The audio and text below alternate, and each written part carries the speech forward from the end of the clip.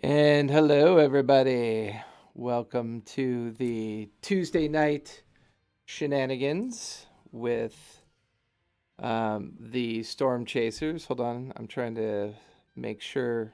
Why is that not showing up? Hold on one second here. There's my mic. My mic gain and fade was not showing up in the proper order, so I had to move it.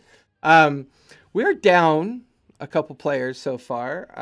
My son had a second vaccine shot, I believe, today. He is unresponsive. It's quite possible that he is recovering. I've heard that second shot is quite the doozy, so that's one possibility. However, we do have some of the other players here with us tonight. This is the Denizens and their Masters campaign. We have been playing for over a year now. Some of us met online, some of us know each other in real life, and we are all quite inspired by Matt Mercer's Exandria world, as well as his Tal'Dorei and Wildemont world. So this campaign is based on the Menagerie Coast and some of the politics and other activities going on. This campaign actually takes place in between two particularly important time periods. It takes place um, before Mighty Nine. None of us are 100% sure yet whether or not we are in a timeline that is also before Vox Machina, but we think we are. Based on some of our poor math skills, we kind of think we are. We've had some name changes as well. We are Twitch under RPG Academy. Had some unfortunate incidents occur recently, and so the reality is we are the RPG Academy. So please be sure to follow us on Twitch.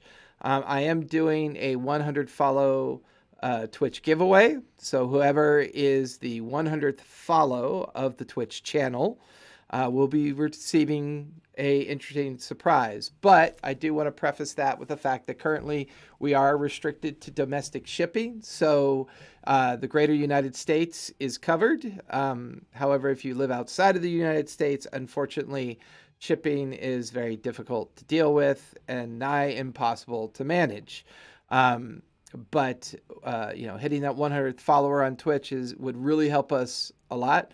We do have a Patreon. I would say our real fun community that is that we all hang out and chat with each other, run multiple games, and just have a lot of fun with is on our Discord. That is in the About section of our Twitch as well. And there's a lot of neat things we're doing with Discord. And just really quick, if you go to our schedule, it gives you our schedule of shows that we're currently running as well. We do have a Monday night show called Faerun Reborn. We have two shows on Tuesday, Titans Revival and Denizens and their Masters. We have a Thursday One Shot Presents, where if you're a member of our Discord, you get to participate in a one shot on Twitch. We have our Friday night Dark Sun inspired show called Age of Arcanum. That's around 7 o'clock West Coast time. And we are currently working on bringing you another Sunday show that will be based, it will be very pirate centric. Once again, it will be based in the Menagerie Coast. But more importantly, it will be based on the founding of Darktoe and the time of the organization of the Revelry. So it should be interesting to say the least. Currently having some chats with some friends of mine. We're adding some peeps to a group. We're going to bring you actually a zero session. We're going to bring you a zero session. I'm still working on getting Fire's camera organized appropriately. Did a couple on the fly things today. We're experimenting. We are not sponsored by them, but we are experimenting with the anime's avatar system because a lot of people aren't necessarily comfortable with, how shall I say, may not necessarily be comfortable with they're real life cameras, and they don't really have the ability to afford fancy smancy cameras as well. I am fortunate enough to where I have a wonderful partner who has given me the ability to bring you battle cams, miniatures, and all that stuff. I think most folks that run an online game are limited to the entire digital space, but we are, well, we are hoping to bring you entertainment. If you want to just keep us on in the background and listen to us talk, if we help you fall asleep, hey, I'm okay with that, because falling asleep isn't always easy during these stressful times. So we are down Tobias and Oswald. When we last left off, we were in the middle of an encounter. Oh, and before I get started, for those of you out there, I am gradually putting up previous episodes on YouTube for a lot of our shows, as well as my chill sessions that I run almost every day at 3 o'clock or every other day at 3 o'clock. We are doing something fun tomorrow, though. Tomorrow at 3 o'clock, we will be opening up a brick. You may ask, what is a brick? Well, it is the newest release of miniatures from D&D. It's a brick of ghost-themed and undead-themed minis.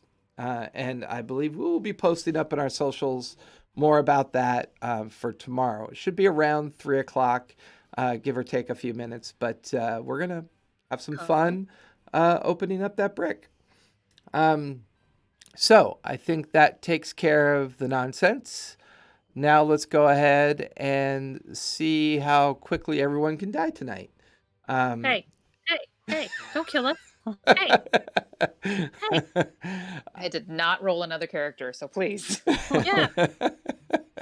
I like my character. I don't want to kill her. So from left to right, we have Asborn. Asborn, really quick, summarize your character for us. My character is a noble from the Sinclair family, and she is formerly their general, and she is now exploring the world, trying to gain experience and allies in order to come back home and take over the family. Nice. Fire, real quick, summarize Fire for us. Fire is a Tabaxi cleric who woke up 2 years ago with amnesia and has been trying to find her way in the world. Samara, tell us and about... recently found out, that some of her backstory is not happy. Samara, go ahead and tell us a little bit about you. So, half-orc druid, grew up with my mother and the Luxodons, learning all the nature things, and then came to the coast to reunite with my dad and started finding odd jobs along the coast. Nice. And let's see, Mara, let's talk about you. You've been kind of center stage for quite a few of the sessions. Yeah, so Marakai is now Marakai Brecht. She is a newlywed. She's a Water Ganassi blood hunter, and she recently married into a family, the Order of the Ghost Slayers, and was working her way up to being worthy of joining their clan and is now officially part of it. Nice. And let's see, Tobias is not here. Tobias is he is on vacation, and a well-deserved vacation. He will be back next week. Tobias is a mouse folk that is adorable, and he's Fire's best friend, and he's a pirate captain, and he's the best pirate captain out there. And he is the captain of the Crimson Mouse, upon which you guys are currently engaged in combat. Oswald is cursed. He is considered a hallowed one. He is immortal, but unfortunately his immortality is not one of a pleasant existence, because every time he does die, he comes back as a random person that has died recently nearby. So this is his second incarnation. His first incarnation was Sigurd, a paladin. He is now Oswald. I believe he's a wizzy. Does like his fireball, but I think he is also taking on some of the new wizard abilities in the Wildmont campaign compendium. So he does some weird time manipulation stuff, which is really kind of fun and cool to watch. But he had recently received a second shot, so he's feeling a little bit under the weather. So, really quick, this team has been up and down the coast so far. They have visited Port Damali, they have visited Port Zune, and they've visited Port Nicodranus. Have you guys been to Port Damali yet, or was that just Port Zune first? I think it was Port Zune first. I think it Yeah. was just Zoom. Yeah. Yeah. Oh, I'm thinking of Hollyhead. Yeah, we were at Hollyhead. And been quite busy. And the main success that they've had recently is they've managed to get some rather interesting relics that they had accidentally come upon at the Crag's Finger, the vault of the Stormlord. And these items were grabbed in haste as a massive undead hydra was released upon the world. But over a period of time, meeting and having unique encounters with both those who play in politics and manipulation, and coming to find out that Mara is engaged and now married to the head of one of the most notorious or influential, depends on your own interpretation or point of view, the Ghost Order blood hunter group that manages a very large syndicate of agents and control over the majority of the Menagerie Coast, whether it's through mercantile or other assets that they use to control the narrative that is going on around them. And keeping the Dwendalian Empire under control, keeping the Kryn under control, the Clovis Conclave under control, without actually really knowing about it. We've learned much about some of our backstories of our players. We've learned that Fire is a genocidal maniac killer. I am not. We have learned that Mara has become embroiled in the existence of the lycanthrope, as she is drinking from the blood cup. And the origin that was revealed to her was a grizzly bear. She now has the Were Grizzly ability, which I have all typed up. I just keep forgetting to send to you, Mara. So I promise you before next session, I'll have that to you. If you do decide to use it in this session, we can play it out based on what I know about it, the mechanics. So it is something that's currently available to you because you've obviously seen your husband, Bren, turn into his were-lion form during the encounter. All of this adventure and excitement has led our team to Nicodranus. Once in Nicodranus, they attended the wedding, got the relics to the Cobalt Soul, seemingly tying up a handful of loose ends that have been on the edge of completion for some time. However, they did have an arrangement with Captain Alabaster to meet with him at the Blue Opal and meet with another series of vessels and to conclude a mission that's been put onto the side for quite some time, but there's been enough information, enough evidence as to where the possibility of this massive Fey creature could potentially be, that a group of these 5 ships, including the Crimson Mouse, have decided to pursue these pieces of evidence, information, and attempt to locate this creature. Now, in the past, players have dealt with this Fey creature. This Fey creature was a pet in the Fey world. They know this already. However, once it was brought into existence in this world, it was manipulated and changed somehow.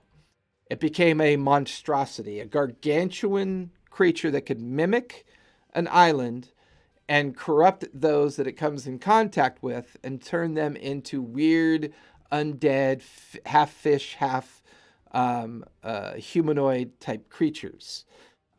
There clearly is a bestial side to this thing as it lurks under the surface of the water. However, I believe during a recent scrying attempt, it was discovered that a notorious figure involved in our players' lives, known as Tirling, or what she has become, has somehow acquired or is in the process of acquiring control over this creature. So The team has set sail, and I believe it was on the start of the third day. We'd made it through 2 reasonably calm days of travel. It was on the start of the third morning that they had discovered that creatures underneath the surface of the water began to approach the Crimson Mouse. After patience and trying to examine what these things are, there were a series of creatures that swarmed the deck of the Crimson Mouse. Some sea trolls, some other nefarious-looking creatures that seemed to be the tattered remains of humanoid individuals from either towns or other ships, while a rather large serpent-winged creature was also involved in the initial assault on the Crimson Mouse. We had made it through 3 rounds. I believe we were at the top of the 4th round. And When we left off, it was the monster's turn, and that's what's scary. yes, we were at the top of the 4th round because Oswald had already gone, and it was the monster's turn, and then Tobias was going to be on deck. So let's go ahead and bring up the battle cam and take a look at what we got going on here.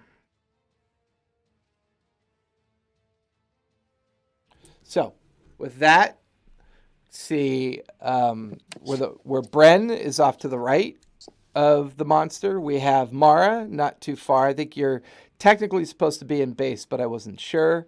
Oswald, I'm directly under it. I swam straight down. That's right. Yep, you swam underneath of it, and you're currently like treading water and looking up at the underside of this creature underneath the water. Oswald is currently up in the crow's nest where he had misty stepped, I believe, and bamfed up there to find a safer position. And I believe he is currently concentrating on banishment, as he had managed to successfully banish 2 of the sea trolls. Fire is engaged on the main deck. Tobias is off to the left, in between the helms area and the little packets of explosives that he is attempting to interact with. Deck mates and crewmates are swarming across the deck. The creatures are swarming as well. Can everybody see this okay at home? Or can you guys all see it okay? Looks good. For the most part. Good, okay. yeah. Okay. I And can make it bigger. I believe it is the creature's turn.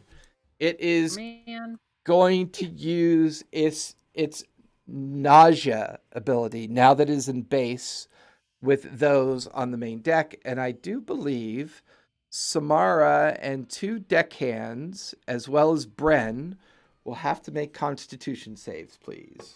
I'm pretty sure his name is Albin. He is Albin, yes. Oh, yeah, I Albin, am very... sorry. So it's Constitution. Correct. I'm so squishy. All right, hold on. 15, 16, 17. Not bad. 17. Okay. Don't die. That'll, Don't I'm trying not to. that'll definitely save. Let me... Nice. The 2 deckhands will fail. They will be knocked prone. They will take 28 points of necrotic damage. You take 14 points, 28 halved to 14 of necrotic damage. Okay. Those 2 are going to be knocked prone, however, as they are now retching and throwing up on the deck of the ship because of this noxious fume that is now pulsing from the creature that is currently alongside you. No, it doesn't sound pleasant. Let's see. The next thing it is going to do is... Of course, it gets multiple turns. Yeah. It is going to take 3 tentacle strikes. It's going to take 1 on you, Sam, and then 1 on each of the deckhands. Each of the deckhands, that will be with advantage, because they are prone. That was going to be a 21 and a 25. It'll be a regular strike on you. That is actually a 15 on you, Sam. Well, it still hits. Oh, it does? Okay, so all 3 Yeah. tentacles go striking out I from only have an armor class of 11. Oh my gosh. We have to fix that. I tried. You watch as the tentacles come shooting past you at first, striking both the prone men on either side of you. And as they strike, the tentacles kind of coil around them and pull them into the mouth of the creature. The third tentacle strikes you at the same time, but didn't roll correctly to potentially grapple you. And you feel the tentacle dig into you. It's like spiny thorn, like toothy appendage, kind of like rips across. You can feel your flesh kind of tear open and blood pouring from the wounds. Bit of a burning sensation, probably from the noxious fume that's kind of like pulsing off of this creature as you watch both the deckhands disappear into the mouth of the creature. That doesn't sound pleasant.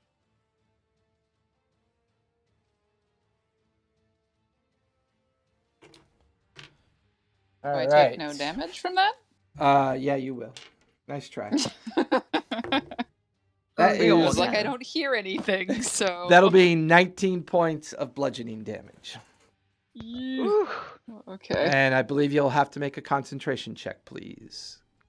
Okay. I'm feeling. Because I'm you're feeling did you wild shape? Is that why you have concentration on, or why do you have?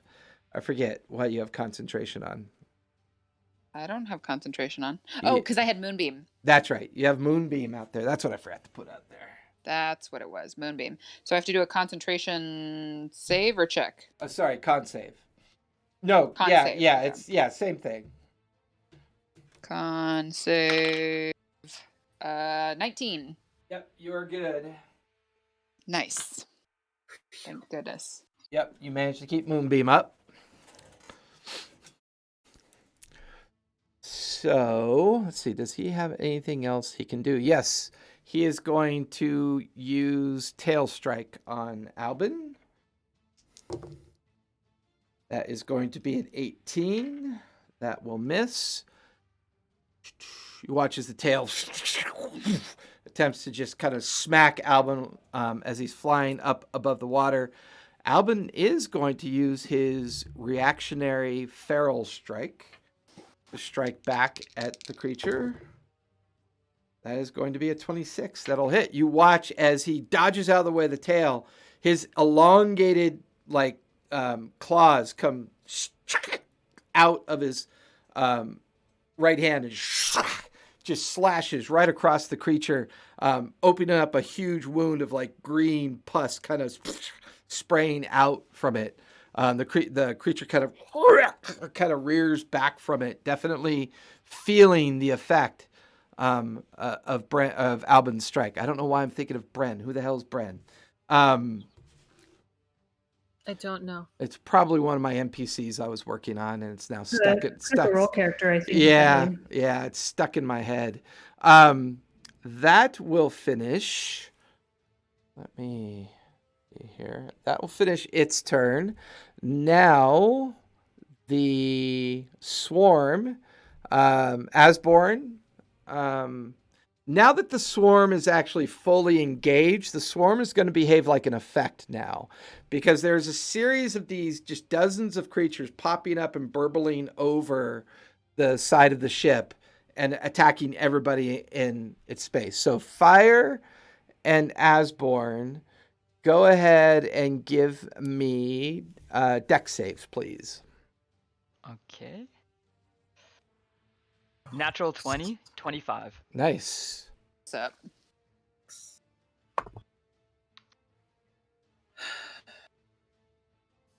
Seven. Asborn, using your shield, holding it up in front of yourself, you just feel the swarm kind of just burble up onto the shield, and you just knock it back as the swarm has no effect on you. Unfortunately for you, Fire, 2 or 3 of the creatures swarm towards you, hands coming out and kind of like slashing into your exposed furry skin. And you are going to take 12 points of slashing damage. Let me roll for the other 2 deckhands. They will both fail. They will take that slashing damage as well. Okay. That will finish the bad guy's turn. Fire, you are up, and then... Oh, actually, no, I'm sorry. Tobias is up. Fire, you're on deck. All of you hear Tobias yell, "Heave ho! Fire!" And you watch as both broadsides go off at the same time. All... is it 4 or 5 cannons? I think it's 4, correct? 4 cannons? All 4 cannons on the right, and then all 4 cannons on the left. So I will roll for the ones on the big creature. One of them is a natural 20. And then a 21. So 2 will hit with the natural 20. Okay. As far as the other side's concerned, for you, Asborn and Fire, as you're staring over the side of the ship, you watch as just pieces of undead and fiendish-looking creatures, half like fish-looking, half human-looking, get obliterated and their chunks go flying up in the air and are immediately replaced with additional swarms of these creatures. Mara, from where you and Albin are, you watch as that full broadside, just a couple of those shots slam into the creature. You see huge wounds just kind of break apart and open. You're watching as even some of its bony flesh is now protruding out and hanging. It's actually looking like it's taken some significant damage at this point. That'll finish Tobias's turn, and he is making the ship starboard, port. What's left? Anybody know what left is? Starboard is right, port is left. Okay, so he's yelling out port. Port. I mean, I could use a drink. Oswald Phil.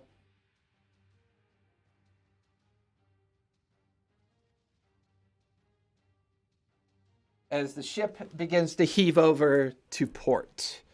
That will finish Tobias. Fire, you are up, and then Mara, you're on deck. How many of those bad guys are within 5 feet of? The swarm is within 5 feet of you at this point.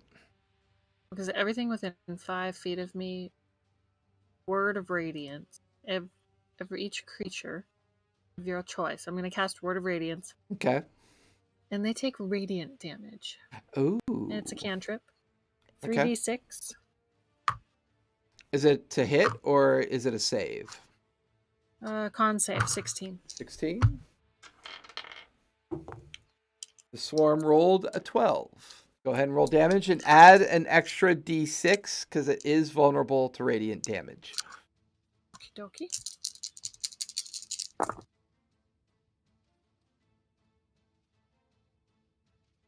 $15.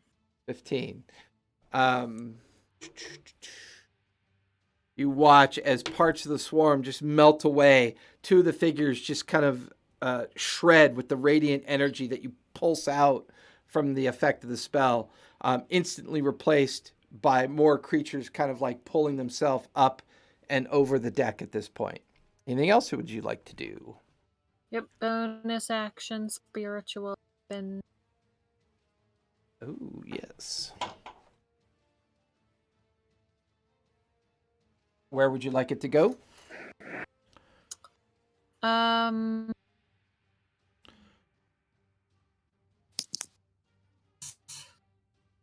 mean, next to the swarmy bad guys that are next to Okay. I just want to be able to do more damage. Smacky, smacky. But I'm only casting it second. Okay. So I got to put up the level cannon slots. fog for the other side. Cannon.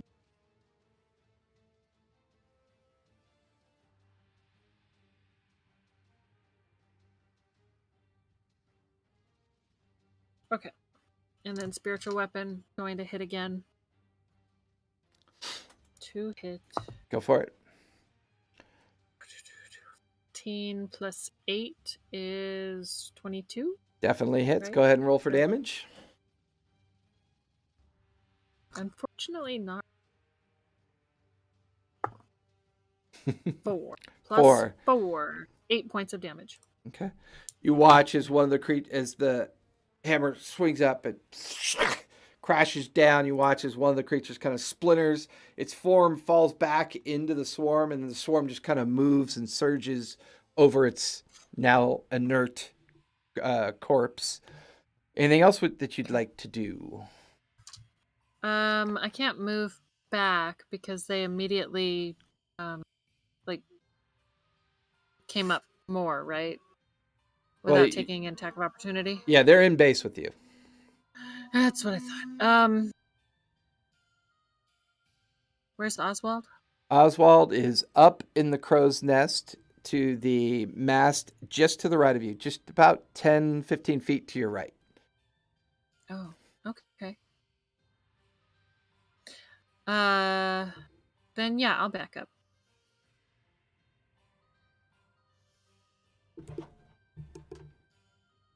Just 5 feet.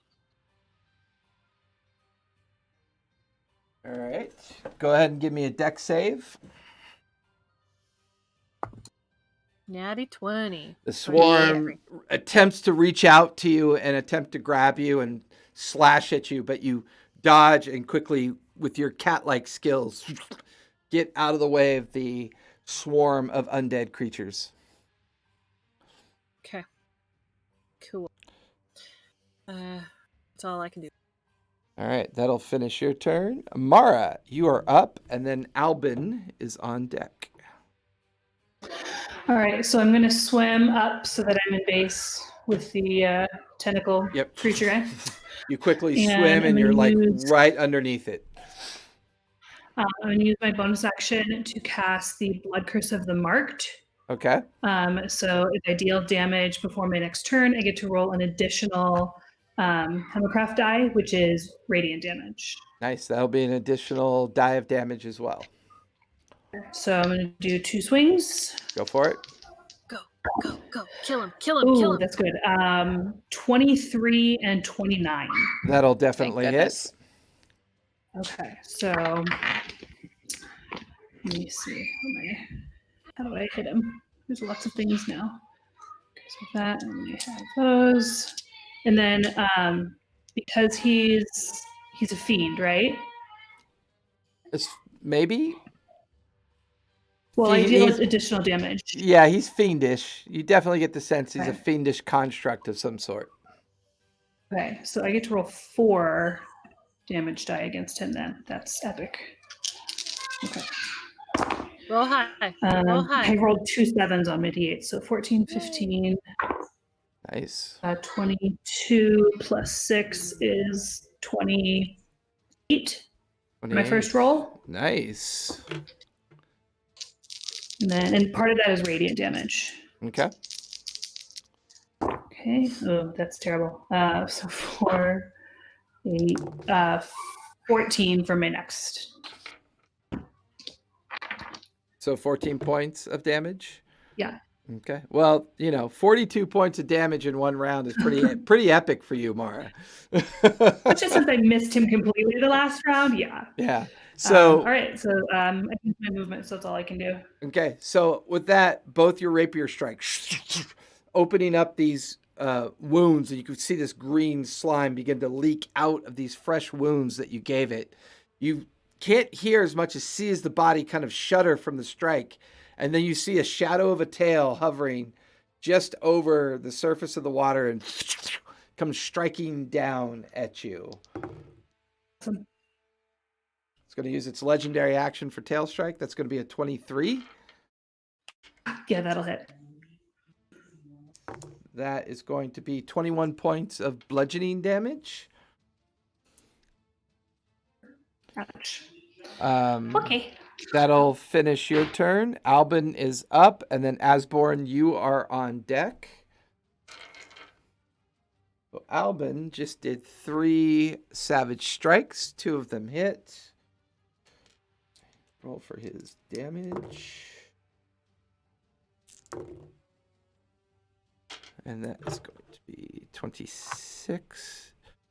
you guys watch as Albin swoops in, takes 3 claw-like slashing strikes at the creature, wounds opening up on it.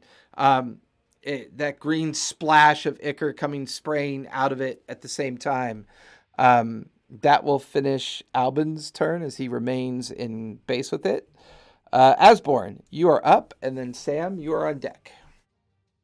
Okay. Are the waves still coming onto the ship? Yes, the creatures they keep you know that movie, the World War Z, when the zombies like Yeah, hit the they climb the wall wall and with they that. pile up. That's pretty much what's going on right now. So the real target of effect, now that there's enough of them there, is the fact that there's a swarm of these creatures, and so now you're essentially encountered with the swarm is what you're in base with. Okay. I will Swarms use suck. gravity sinkhole at 5th level, Nice. What's the save on that? and I will Constitution 15. Okay, then we'll do that with a disadvantage. That I rolled double 13s, -2 is an 11. Okay, so that would be full damage, and they are pulled in a straight line toward the center of the sphere, which I put off the ship, so they will be flung back into the ocean. All right, you watch as the entire swarm is now being pulled back towards this strange, mysterious kind of whirlpool effect. The gravity well absorbing the smoke from the cannon, and all of these creatures, the whole swarm just gets pulled back into this gravity well. If they're leaving like space, do we get an attack of opportunity? I mean, not me, because I took a 5-foot step back. Yeah, but others? I'll roll for the deckhands, and Asborn, you can use your reaction as well. Sounds good. So let me do the damage for sinkhole first. 6d10. 44 damage for the gravity sinkhole, and then I will attack with my maul. Knock Does a someone's head 13 off. hit? Oh, he's still setting it up. He can't hear me Yes. right now. I just realized. I think he can hear you. I don't think He can. just can't respond. Yeah, I just I can't. see, I Yeah, see. I got to get those JBL, the JLab microphone set at some point. I want to get the wireless one, the Lavatar or whatever, so that it's better. That sounds like a Pokemon. Saying. Sounds like a Pokemon. Kind of does sound like a Pokemon, doesn't it? So It does. 44 points of damage, and then you definitely hit it with a 13 with your maul, or 14? 13. 13, okay. Okay, and I did 11 damage with my maul on the Okay. nearest one. Okay, as it was being pulled back into the gravity well. There's now a swirling water and smoke formation about 20 feet off the side of the ship. All these creatures are being pulled into this gravity well. For those of you near the railing, mostly Asborn, as you look down, I'm going to roll for the deckhands real quick. All 3 of them will miss. Asborn, as you look down, you could see a steady, like, flotilla of undead creatures down below. They are swarming by the hundreds under the surface of the water, and they seem to have been forced to follow where the swarm was coming up and being contained by the gravity well now. Anything else you'd like to do? That would be it. Okay. Sam, How long you does are gravity up. So it is right in front of me. Yeah, so the cannon fire went off, and now a Yeah. heavy amount of smoke is like pouring out past you, but the creature is literally right in front of you. Okay, I'm going to pull my moonbeam towards me so that it's going to be directly on top of him. Okay. Moonbeam now on top of the creature. So he has to do a con save of 13. He's got a Oh. hat. My God, he's awake! Welcome, Magic Man. Magic Man, how you feeling, my son? Yay. I walked halfway across town to get a COVID vaccine, and then halfway to get back, and I was already not feeling good. That's what Went to I told sleep. them. Yeah. Yeah. Yeah. No worries. How you feeling? Welcome back. I don't have to play you now. That's probably better. And now that I've woken up, my arm just hurts. Yeah, That's not bad, That's then. the number one complaint I hear is the pain from the shot. I know. I'm just I'm a glad you're. massage therapist. Can I get it in my somewhere other than my arm? I don't think he can. Can I he? don't think so. No, I don't I think so. know. Ask for a shot in the thigh. It's gonna suck for work. I mean, They do put we- it in your shoulder, and then your whole shoulder hurts. I don't want the shot in my shoulder. I'd rather- So, the creature failed the con save. Go ahead and roll for damage. Yeah. Sam. All right. So many dice. Hold on. Okay, hold on. Math. Math. lots So- of You got damage this. equals I got this. lots. Hold I on. believe in you. Basic arithmetic. Let's go. Basic arithmetic. We can do. No, it's just because there's a lot of dice. So I have to do 16. Then there's 15. Then there's 8. So 39 points of damage. Nice. You guys are ripping And- into this thing. It is radiant damage. What is it? It's some kind of damage. What's your Where is damage? What's your damage die? Is it D6, D8, or what is it? D10, radiant. So you get an extra D10 because it is vulnerable to Ooh. radiant damage. An extra you. D10. Yep. Go you. Go Nice. you. So 39 and 5. Nice. 44. That seems to be the flavor of the rolls right now. 44 points of radiant damage. You guys just watch this strange conical formation of light drift over on top of the creature. And while it does, you could just see these huge blisters form on its back. One of its wings crisps and shrinks slightly from the radiant burning effect, and then the tendrils of radiant energy kind of pulsing off the creature. It just kind of howls in pain. It's going to use its third legendary action on you, Sam, if you're done. No. Wait, hold on, because I have a question. Okay. This would be like a DM decision thing. I have, for a bonus action, Misty Step. If I used Misty Step, obviously I would lose my concentration, but would he get an attack of opportunity if I used Misty Step? I would say yes. Ah, boo. Okay, then I won't do that. He's gonna hit me anyways.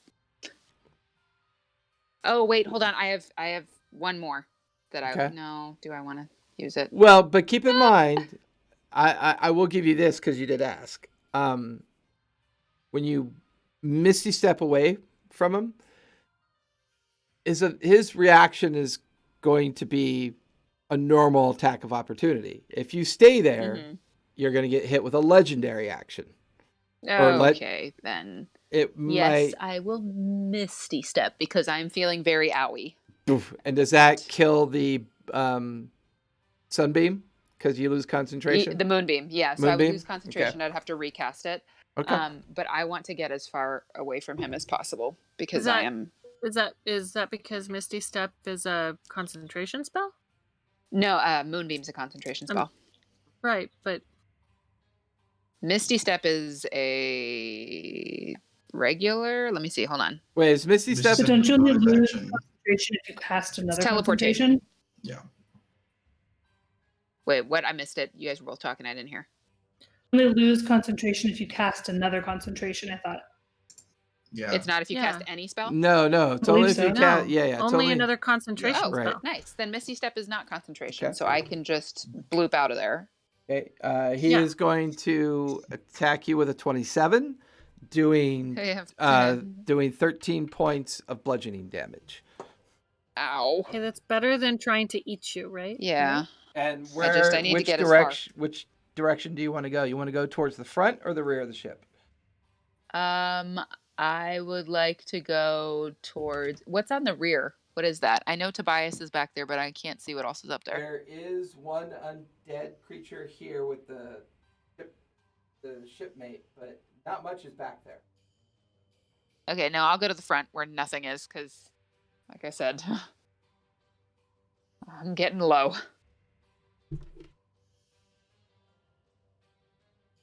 All right, you Yeah. managed to I'd like to bamf bloop out up of there, and you're now up on the front of the ship.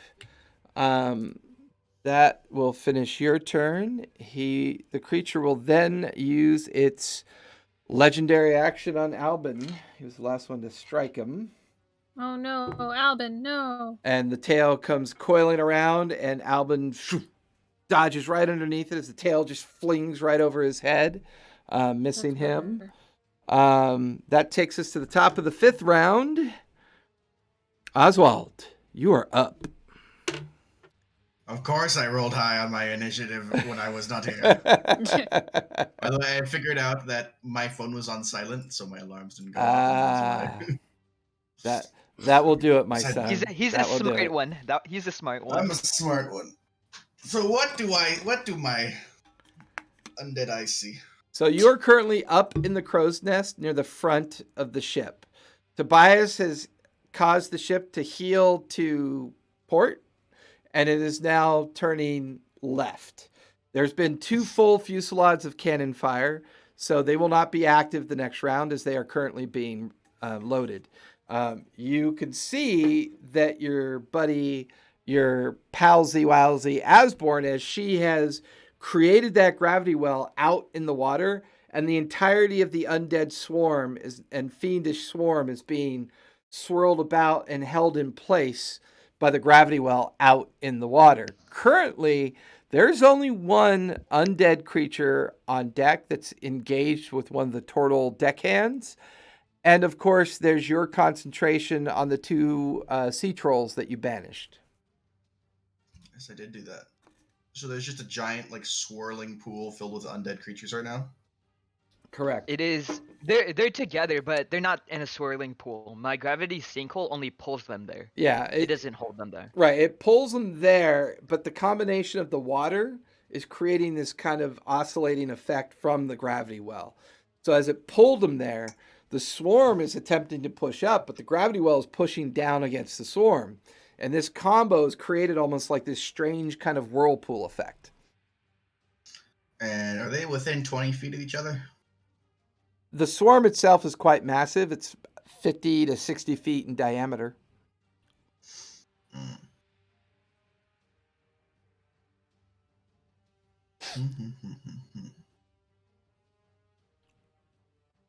Yeah, I'll still do it. I'm going to cast Fireball at 4th level in the Nice. center. That'll be Dex save with disadvantage for the swarm. That will be a 10. They save. Go ahead and roll for damage. 10's not... What? That's not a save. I know. That's why I said they did not save. I thought you said they did save. No. They did not save. 1, 2, 3, 4, 5, 6, 7, 8, 9. They take 40 fire damage. Nice. I All knew he was going to be better at playing his character than me. You watch as a bead of light kind of floats away from the crow's nest and down into the swirling gravity well. You just watch as all the creatures held in that spot just erupt into a massive ball of flame, body parts spinning off in different directions. From this vantage point, Oswald, you're also able to see another deckhand directly across from you shooting down into the swarm. You can see the main creature has been engaged by both Albin and Mara. Sam has bamfed up to the front of the ship after disengaging with the creature. Asborn is lingering down on the deck with the rest of the deckhands. I meant to ask Asborn, is gravity well concentration? No, it's just an instant pull. Gotcha. As soon as I'm done, it's done. Gotcha. With that, you could also see some other stuff going on around you, Oswald. You can see the fiery ruin of the Golden Orb ship, maybe about 1,000 feet off to the left of the crow's nest.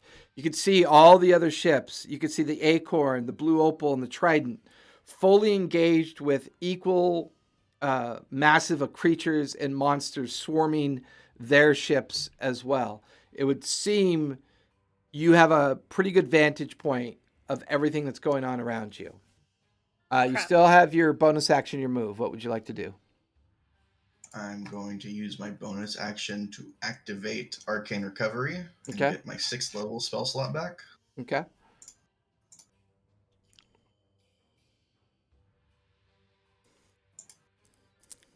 Actually, that technically isn't. That's actually technically no action, but ooh, and Arcane Abeyance is also an action.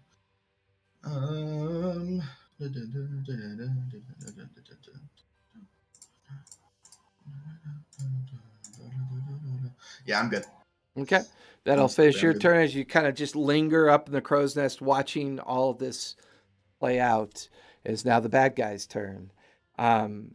The big creature is going to move out from underneath the moonbeam. Does he have to make a save if he leaves? Sam? If he leaves Moonbeam, Yeah. I don't think so. Let Okay. me double check though. Is he leaving my melee? Do I get an attack of opportunity? Yes, both you and Albin will get attack of opportunity as this thing is going to pull itself up onto the deck of the ship. Ooh. A shape change. Natural 20. Nice. Roll for damage. Okay. Yeah, it doesn't for me. It doesn't say that he has to do a save. I just continuously move it to him wherever he goes. All right. Not okay. All of you on the ship just feel the whole ship kind of lurch to the side as this massive creature puts a claw up and another claw, its wings heavily damaged as the creature's now slithering and moving onto the deck of the ship. Just It is not okay. Not okay. I have 17 damage. okay. What size class is the monster? It is considered very large, I believe. Let me check the chart. Meowsuit. Oh, he's big. Gigantic. Oswald, you know what I'm thinking. Ginormous. Ginormicon. There it is. One of these days I'll get my charts in order again. He's he huge. is considered huge. Yes, he's considered huge. Oh wait, how big is huge? That's bigger than, so it's large, very large, huge, right?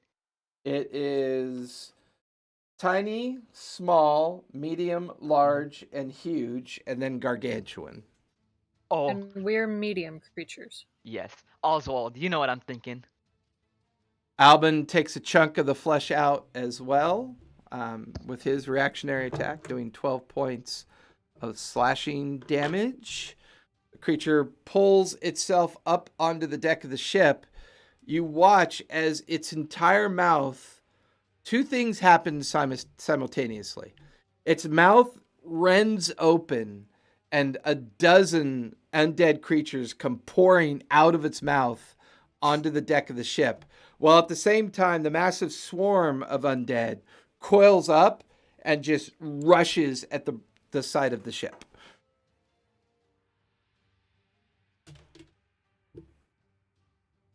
Is the thing still alive?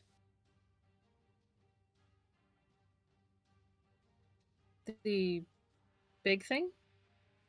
Yeah, if it's like opening up and things are gross. Oh, I mean, it's gosh. vomiting out and dead at it. I don't Oh, it's think Yeah. vomiting. It's not torn It's- apart opening. No, it's not like popping asunder. Gotcha. No. Not like spilling its chest cavity and like I was confused, but now I have been clarified. Thank you. yeah. I don't think Do I have Thunderwave? I do have Thunderwave. you're gonna kill us with Thunderwave. I'm gonna do some funny stuff. Just stay away from me. Well, Remember, considering Albin is myself behind and it. Albin are both like in its wake. Anything that's area of opportunity or area of What attack is going to hit us. happens. I can heal you later. I'm definitely Not going if to I'm need it. dead. It's taking a lot of damage. Not if I'm dead. You know, things will happen. So that You guys is have my diamonds, right? So that is the creature's action to like cause the undead creatures to come spilling out. It is going to use its bonus action to attempt to grapple. It's going to try to grapple fire because you're standing right in front of it. So go ahead and give me either athletics or acrobatics, please. 7 is 23. 23. We both rolled a 23. So currently it attempts, these series of tentacles come out from its hands. They wrap around you and there's a struggle for a moment. And then the bindings break and the creature almost has you getting pulled towards it. But you manage to just barely resist the effect. If it's a tie, I always give it to the target because it'd make more sense to me. So that will finish its turn. The swarm is suffering summoning sickness that came out of the creature. However, this part of the swarm has come back to the side of the ship. Asborn, go ahead and give me a dex save. Okay, let's see. Ooh, 8. You just hands and arms and fingernails start tearing at you and pulling at your armor. You feel some of your flesh scratch as you take 13 points of slashing damage. You're gonna suffer, but you'll be happy about Dad, question. Shoot. Did I have a familiar with me, right? A little mouse dude? it. He tucked inside the coat pocket, yeah. Okay, good. Oh, I didn't get to have Pepper go, but it's fine. He doesn't do that much damage. I mean, Pepper's just, circling and swooping and striking. Circling, swooping, and striking. So he can go during your next turn. Well, okay, I have a question for Fire, so I'll put it in the chat while you guys are, whoever's turn is this. I don't want to distract.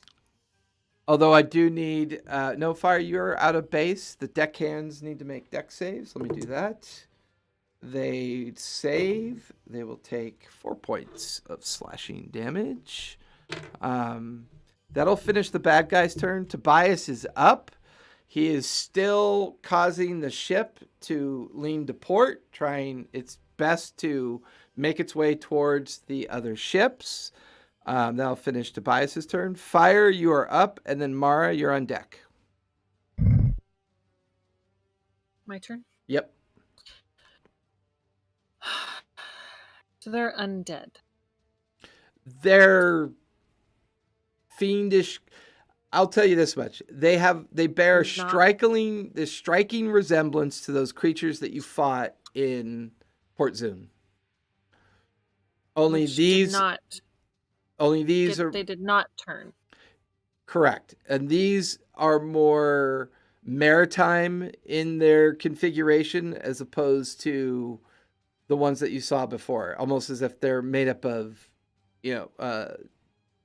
dead entities from either beneath the sea or coastal towns. They have like alterations to their bodies, like they've been kind of mutated, but they bear a similar resemblance. Okay. So I'm not going to try and turn them because I already know it's not going to work. I am going to send Ember over to Samara. Thank you. And I am going to cast Cure at third level. Yeah. And I have to heal her.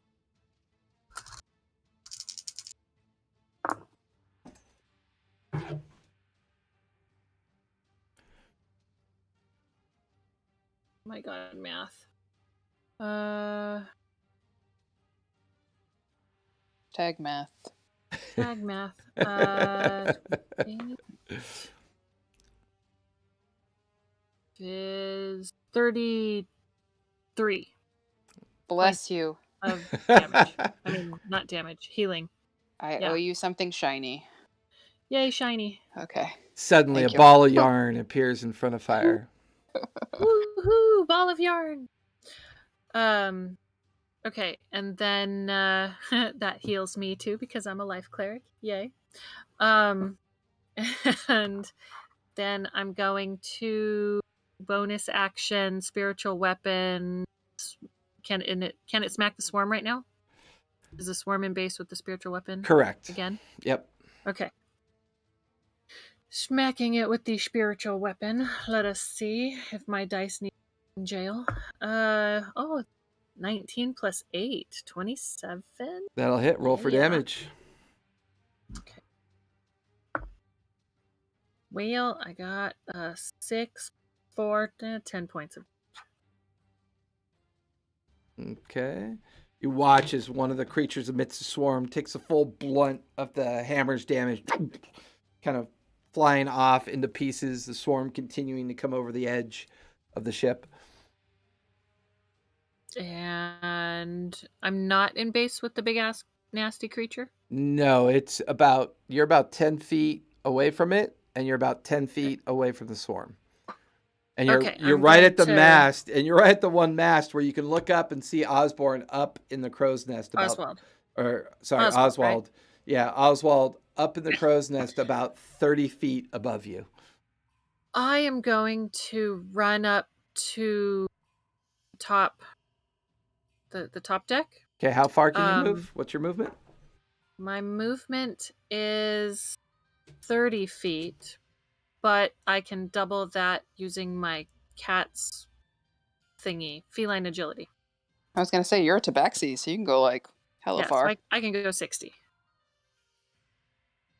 But I have to not move on the next turn on the turn before I can use it again. 30 feet gets you right by Samara and Ember. Like Ember's like just flitting. No, the other direction. Oh. I want to go to the bags of the vermin bags that I put That's up there. gonna be there's bad guys, right? Yeah, you're gonna either have to traverse through the swarm.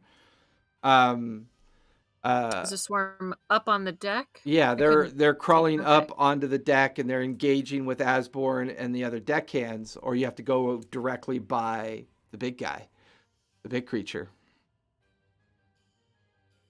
And then up on the deck, are those troll thingies, or are up on the back deck, are those troll thingies, or are those crew members? Those are crew members. There is one undead member of the swarm engaged with one of the crew members.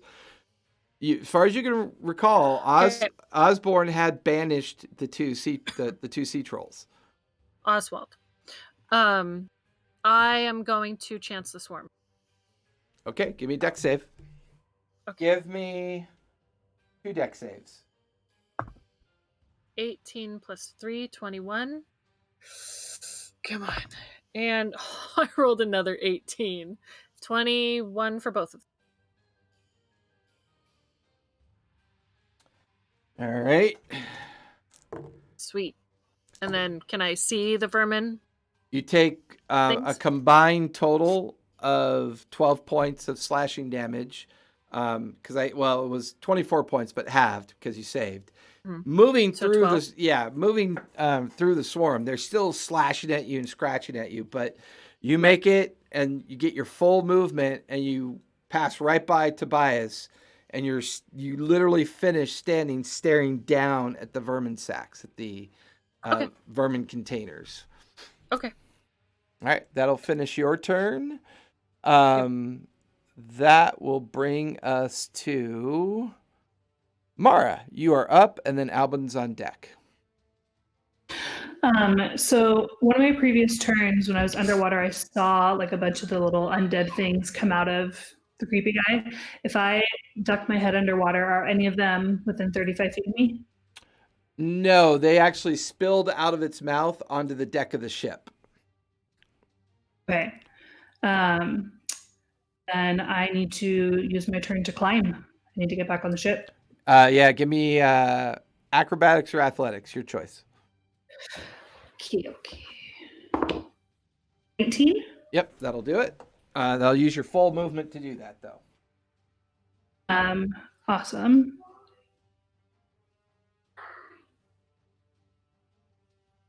Then I'm not in melee, right? He's like too far. Correct. He's about 10 feet away from you. Okay. Can I hold my action for if he comes in base with me? You most certainly can. That will finish Alright. your turn, correct? Albin is going to...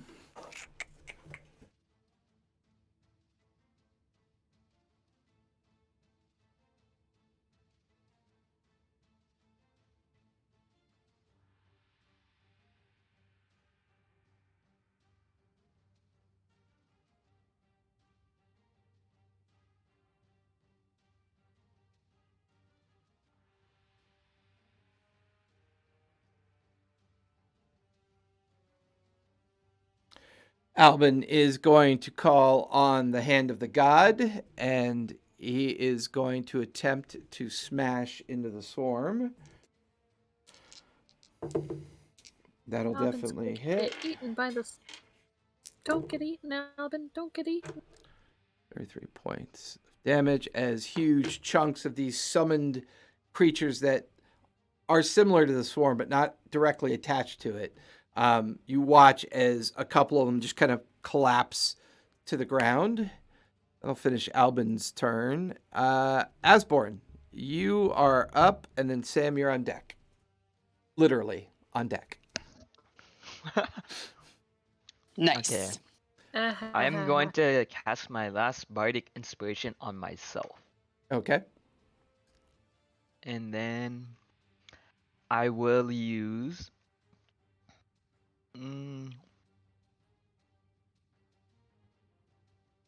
freedom of movement Okay, what does that do? on myself. Freedom of movement is a spell in which I am unaffected by difficult terrain, and spells and other magical effects can neither reduce my speed nor cause me to be paralyzed or restrained. Okay. And then I can also spend 5 feet of movement to automatically escape from non-magical restraints.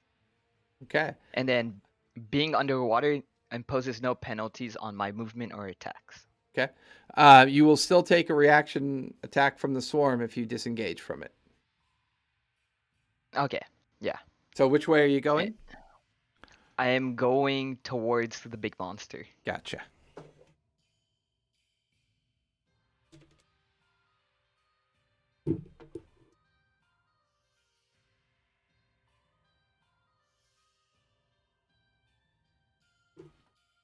And that will put you in base with it? Yep. Okay. Anything else you'd like to do? That's it. Okay. That will finish your turn. That will bring us to Sam. You're up. So I can have Pepper do his turn. I can cast through Pepper, yes? I'm not familiar Yes, with but it familiar. uses one of your. It uses your spell. Your It uses casting. a spell It's your slot. action. Yeah, it's also your action. It's my Correct. action as a person as well. Correct. Ugh. Okay. How you feeling there, Mara? I mean, not great, but I'm not down yet. Okay. Okay. Because I don't know if I should attack or heal. So then I guess I will leave Pepper where he is. And I'm gonna pull Moonbeam. And I'm gonna Moonbeam him again. How far can you move that? I can move that 60 feet. Yeah, that'll do it. Keeping it on him. So he's got to do a con save again. Wahaha. It looks like a tumor.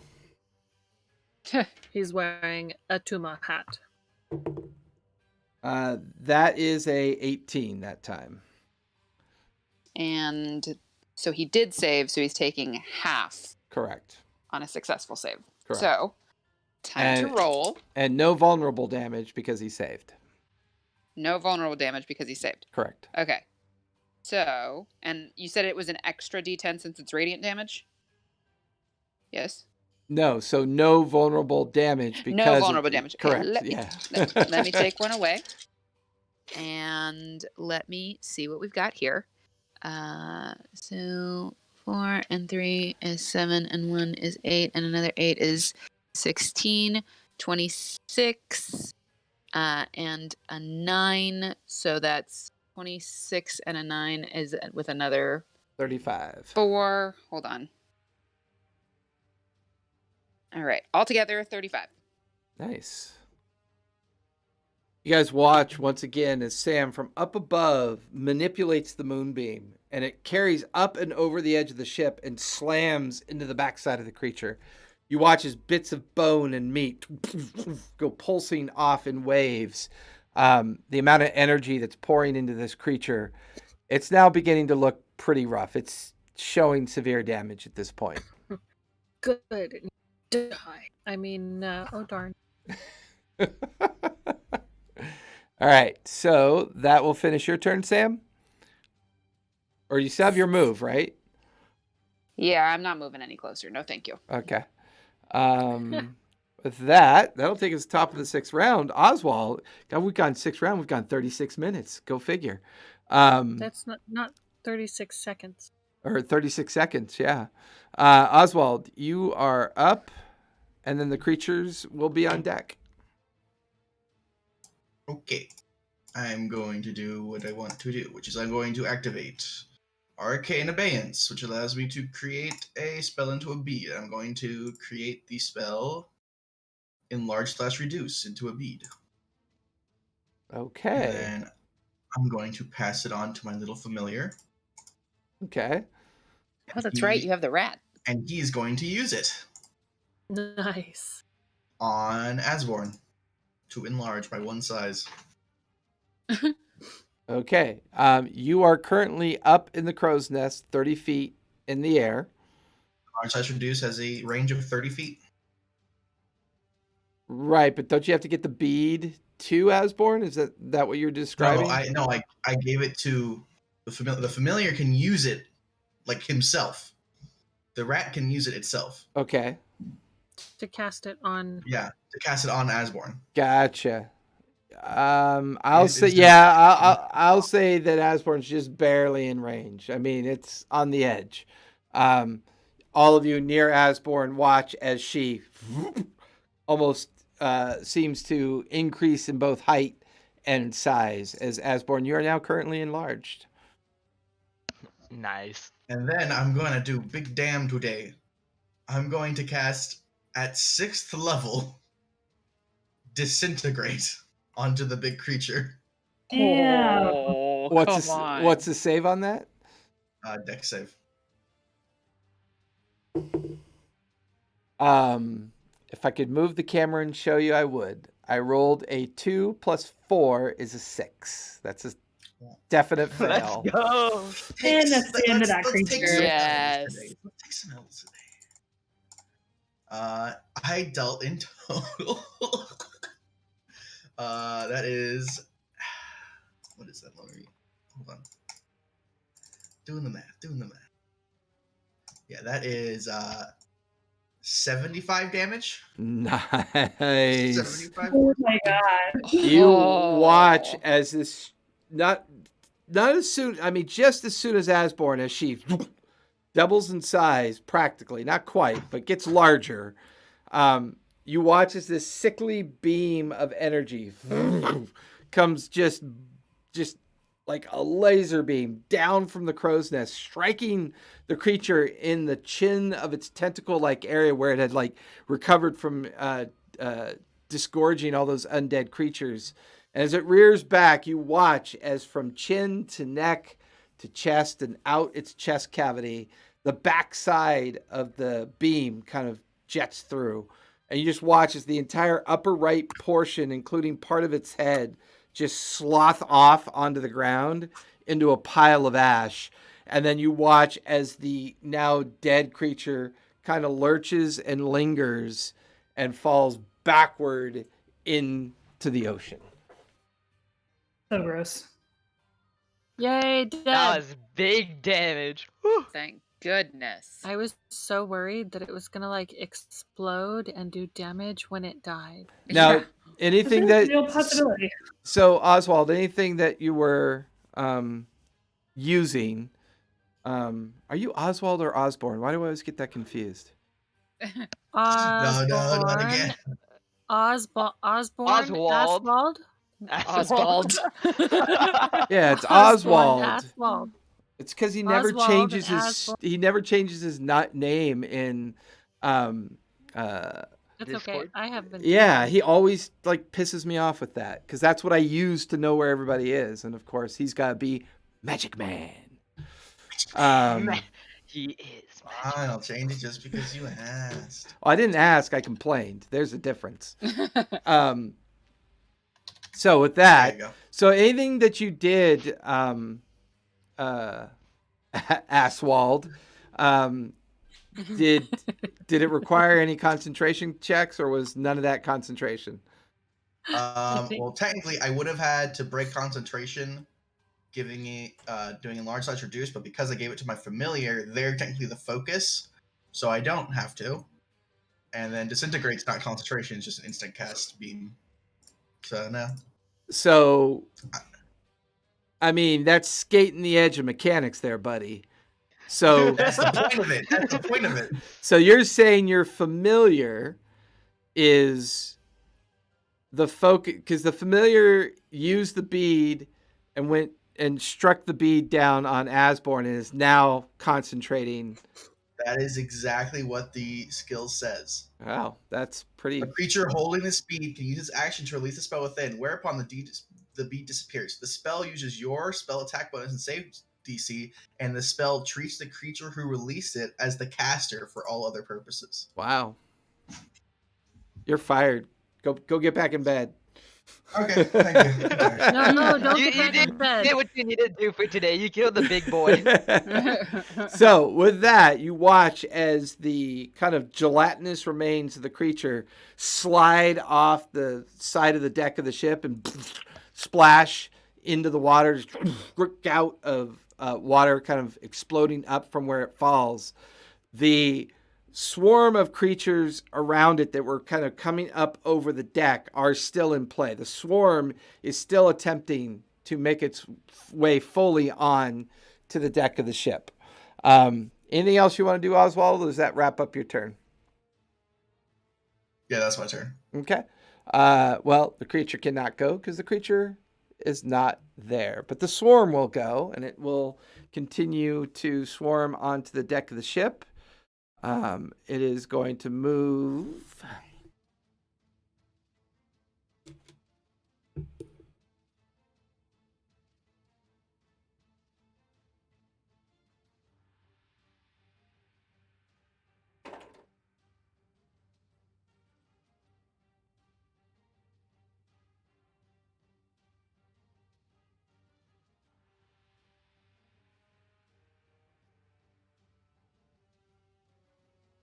So everybody but Sam and Oswald, give me a deck save as the swarm is now completely pulsing and just enveloping the deck of the ship.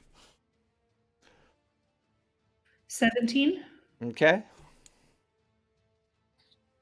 Asborn? Me too. Yep, you too. What save was it? Sorry. Dex. Dex. Okay. Goblin have to save. I got 22. No, Albin 23. is hovering with his fly effect above it. All How right. many swarm is a swarm? Like, how many are there? Ish. Dozens. 367. Okay. Dozens. You know, when a cat wearing a hat tells you a finite number, it's lying. It's definitely lying. At least 2. Least. So it sounds like everybody's saved. So you More will than 2. take half of 22 points. So everybody takes 11 points of slashing damage from the effects of the swarm. How Ouchie. dare they? Not me though, because I'm smart. Oswald, you're Not up me in though, the because I'm far away. All right, that'll finish the swarm's turn. Tobias is now leveling off the ship to. It seems that he has steered it, and it is now making its way towards the blue opal. That will. Oh, wait a minute. He will call for a broadside. They were able to reload last round. There's a huge cannonade of 4 cannon shots. You watch as the swarm pieces of it get blasted up into the air. You could see like pieces of individuals cartwheeling away from the effect. That will finish Tobias's turn. Fire, you are up, and then Mara, you're on deck. Okay. I am going to pick up the vermin jars that I'd prepped. And I'll say there were six fire vermin jars. Yeah, how many are you attempting to pick up? Because how many you pick up determines if it's a free action or a bonus action. I will pick up. Can I carry all 6? You can carry all 6, but that'll be a bonus action to pick them all up.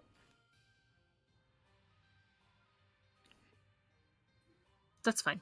Okay. I'm going to pick up all 6, and I am going to lob one at the swarm. Is there swarming on both sides, or is it just on the one? Just on the main deck in the center of the ship. So they're not still in the water? They're still in the water as well. So the mass of the swarm is coalescing where you can see the cannonade smoke off to the left side of the ship. There's more of the creatures down there swarming. There's probably anywhere from 3 to 4 dozen just kind of in and out of the surface of the water, waiting for their turn to kind of like pulse up onto the ship. Okay. And then for these, it wasn't just fire. It activated with water, right?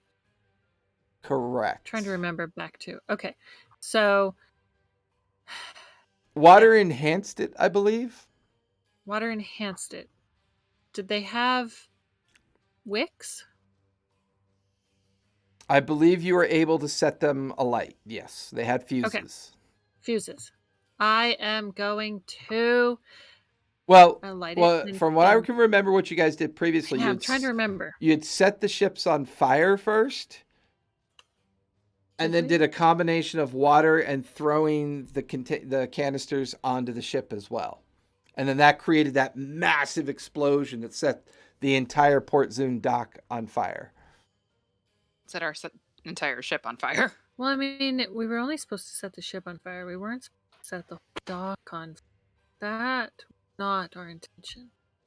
They have very poor water, ship, fire, dock procedures. I mean, that's not our fault.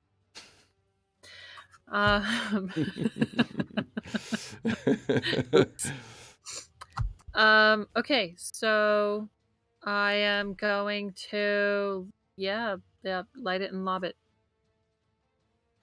Give me sleight of hand on lighting it. Make sure you don't drop it. Okay. 18 plus 3. 21. You get it lit up. You go to throw it. Where exactly are you throwing it? In the water. Where you can like see all the creatures kind of swarming together? Where I can see creatures swarming together. Okay. Hopefully not like just dropping it down by the ship. I don't want to damage our ship. Roll a d20. Let's see how well you do. Okay. I got a 16. Do I add any bonuses? You watch a dex bonus. Go ahead and add your dex bonus to it. Plus 3. Okay, 19. 19. You watch as it arcs over. The swarm is actually going like this, and it kind of like it tips one of their fingers, but keeps kind of arcing over. It cascades down into the water. Now you're throwing just one, right? Yeah. Okay.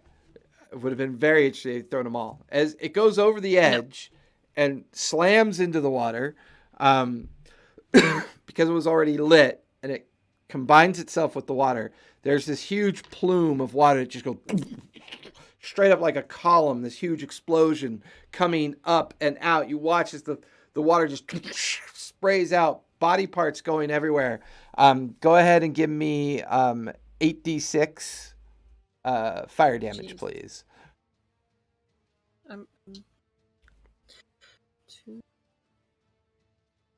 2, 6. Okay, I'm gonna have to roll 2.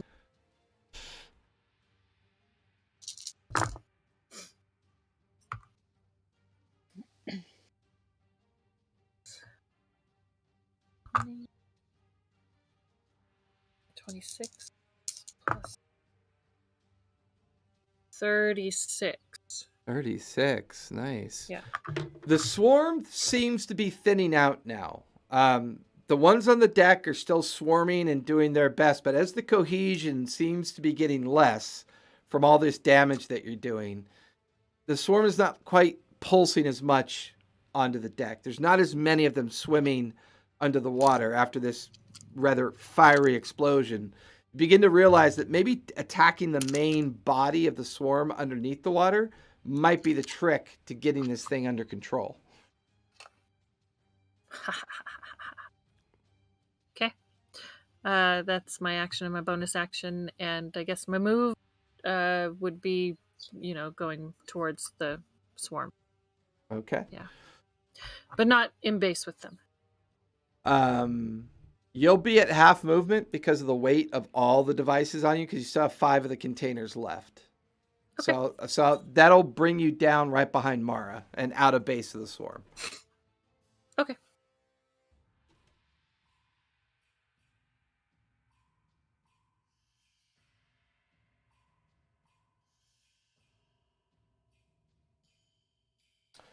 All right. That'll finish Fire's turn. Mara, you are up, and then Albin's on deck.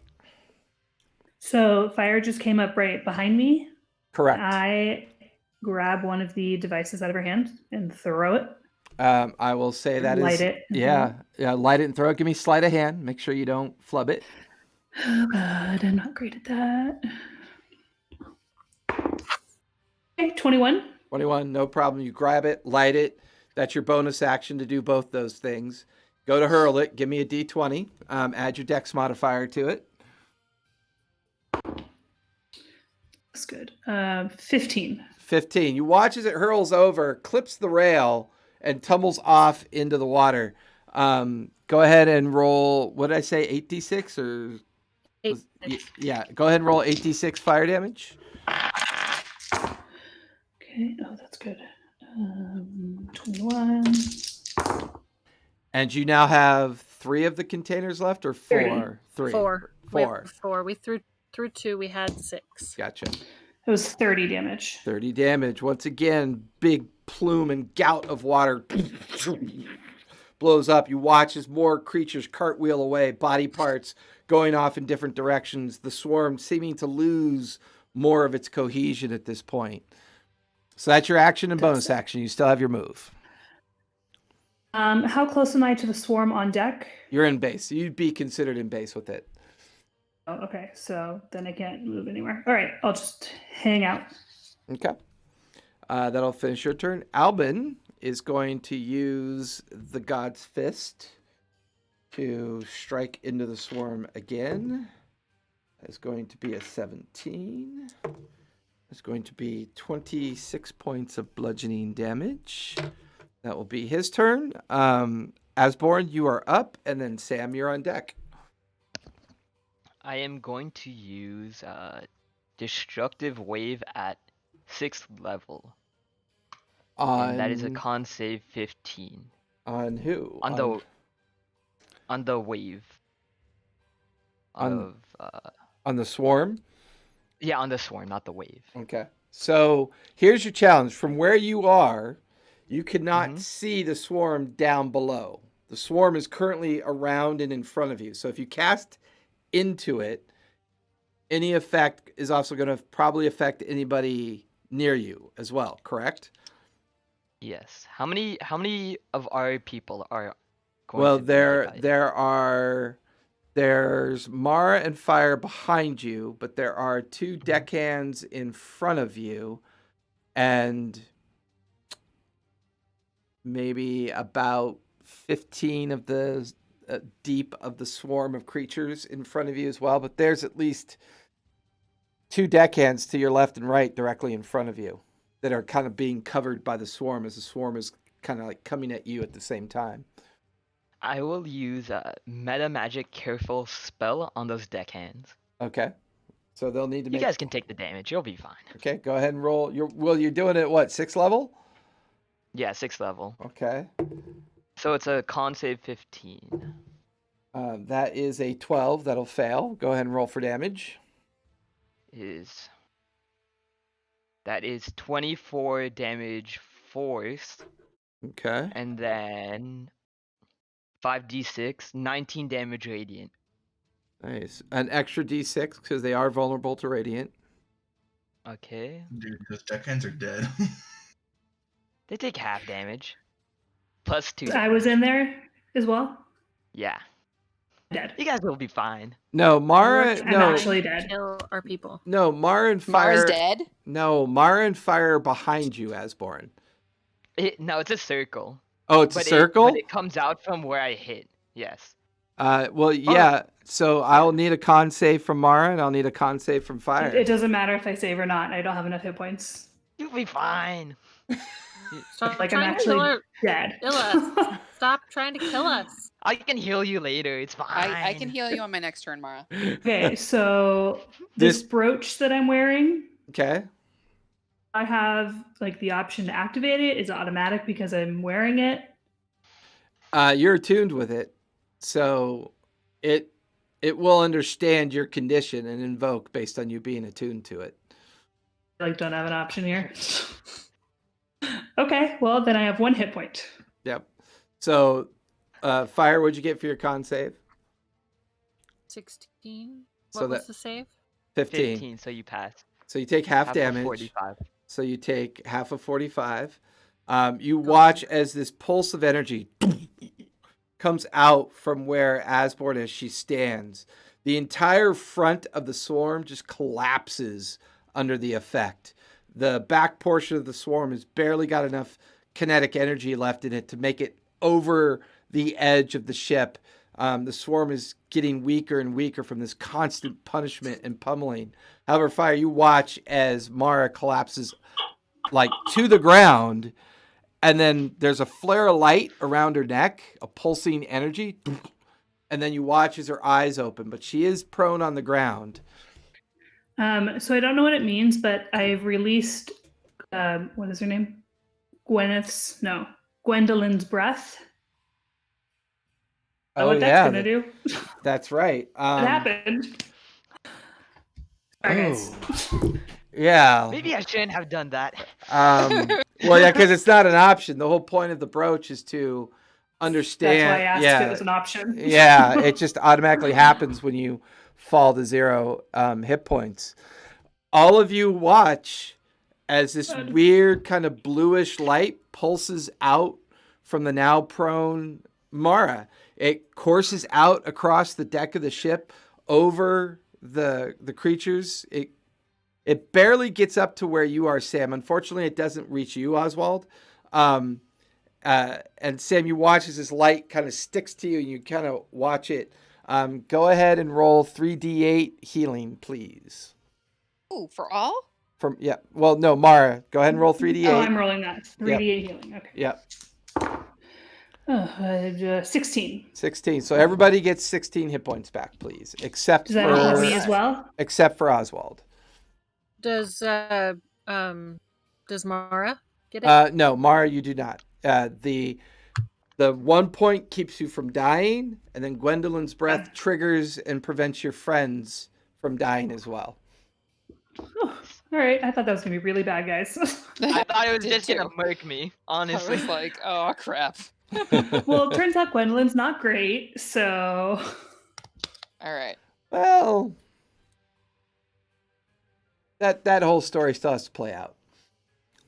Can I use my bonus action to help Mara up? You would have to move over to her. You're about 10 feet away, and that will trigger a attack of opportunity from the swarm.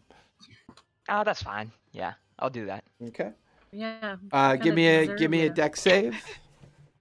It's the least I can do for, almost killing you. 21.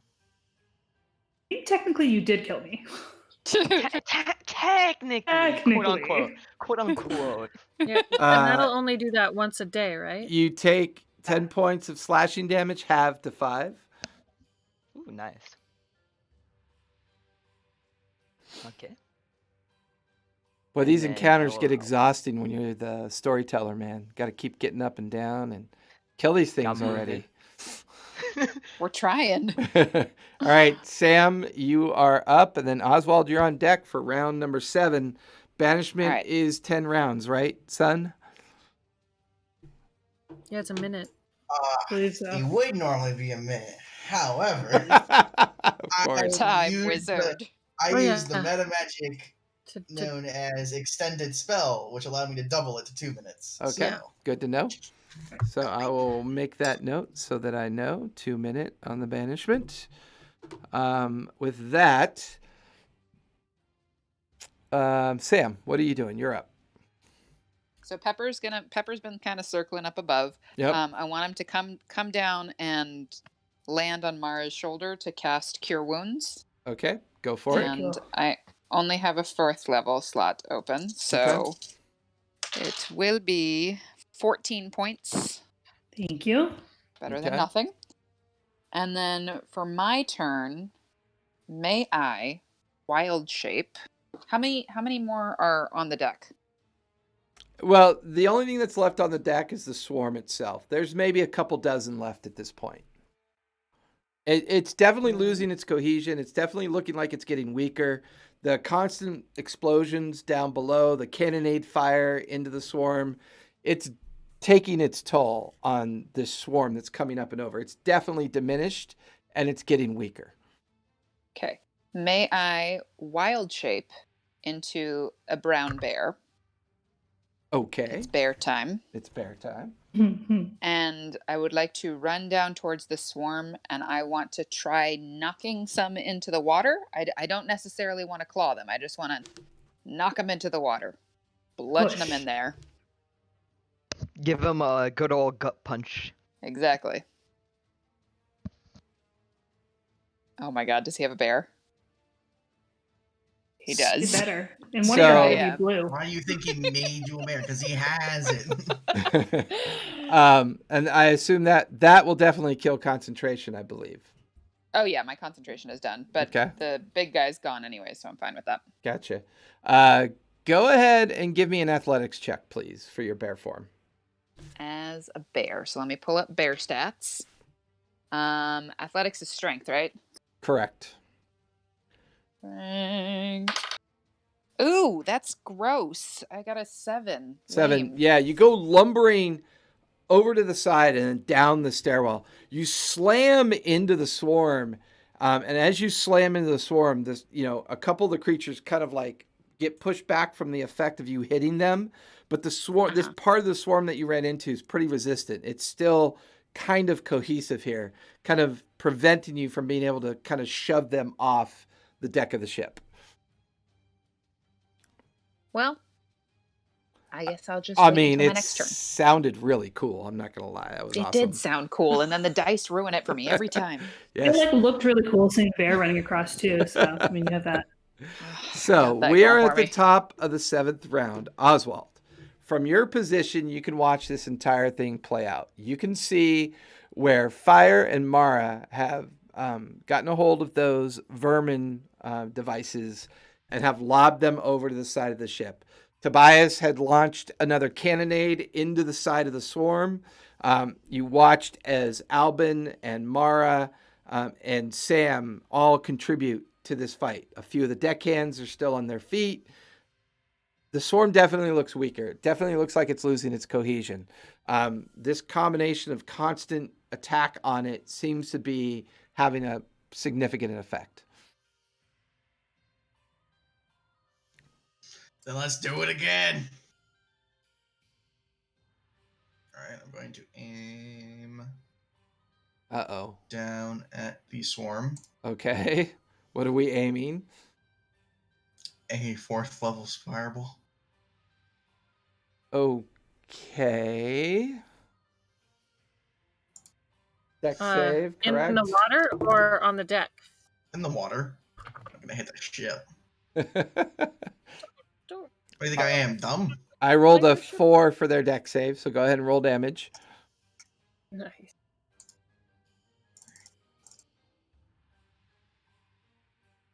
That is 34 fire damage. Nice. You watch as a good portion of the swarm down below just immediately bursts into flame. Explosions going to the right and left, body parts spilling away from it. The swarm looks significantly weaker at this point.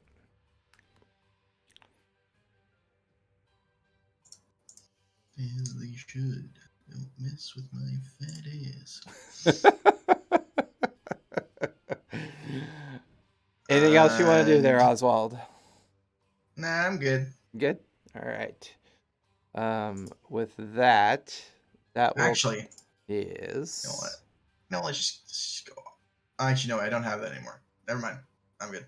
Okay, your concentration is still good? Yep. Okay. All right, I'm good. And don't forget, Asborn, you are enlarged, correct? So make sure you get the benefits of that if you do anything. Tobias is continuing to steer the ship. He is ordering a reload of the cannon. That will be his turn. Fire, you are up, and then Mara, you're on deck.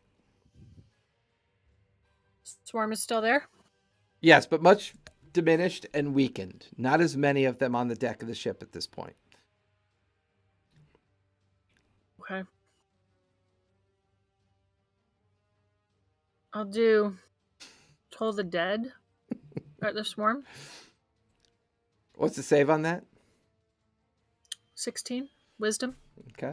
It's not a very wise swarm. Yep. That is a 6. Ha! Okay, and it is 3d12 product damage. Not radiant, but 3d12. I'm like, I forgot what d12 because I don't roll them all that much.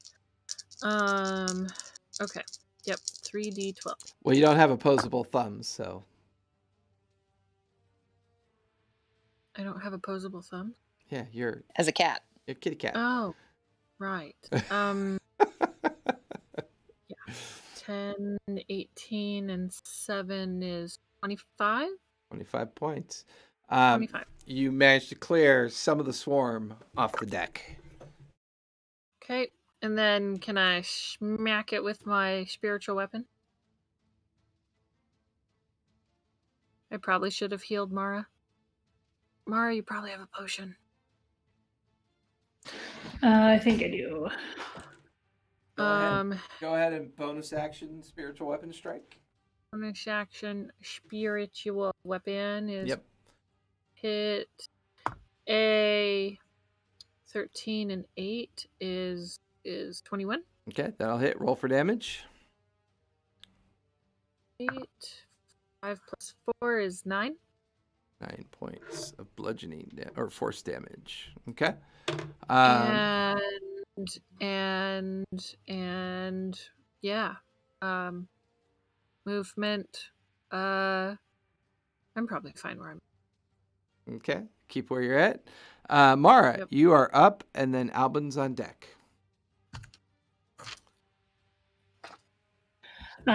Does Fire have any more of those jar things in her hands? 4 more. Okay, I'm gonna grab one more, chuck it over the edge. Okay, give me sleight of Sleight of hand. Yep, give me sleight of hand to keep from flubbing it. 21. Okay, that'll work. You grab it, light it, go to throw it. D20 with your dex modifier, please. Oh no, that's a 6. As you throw it, it clips the first set of swarm hands, and it tumbles over and away. And you watch as the container slams into the main mast. Oswald, you look down below as you watch the main mast just explode and erupt in flame. That's not good. Directly They up. take out any of them that are on deck. Directly up the main mast. You're watching as this fire is coming up in your direction. Give me a dex save, please. But it's not wet. Is it wet? Well, wet, swarmy creatures have been swarming the deck and the mast, so yeah. All right. It's wet. Dex save? Plus fountains of water. Dex save. Yeah, 4. 4. As the mast takes the full brunt of the explosion, you begin to fall out of the crow's nest. Oh, God. Can I try to catch him? Dude, Is he's that gonna poke a possible? fly. Who just went? It's Mara. an action. It's an action to use it though. It's a problem. So Mara you'd rather just went. fall and take the falling damage? If you, well, he's going to fall 30 feet. But I will say this much: he's currently falling, right? So that will finish Mara's turn, unless you want to move, Mara. I'm going to stay right there. Okay. Give me 8d6 fire damage, please.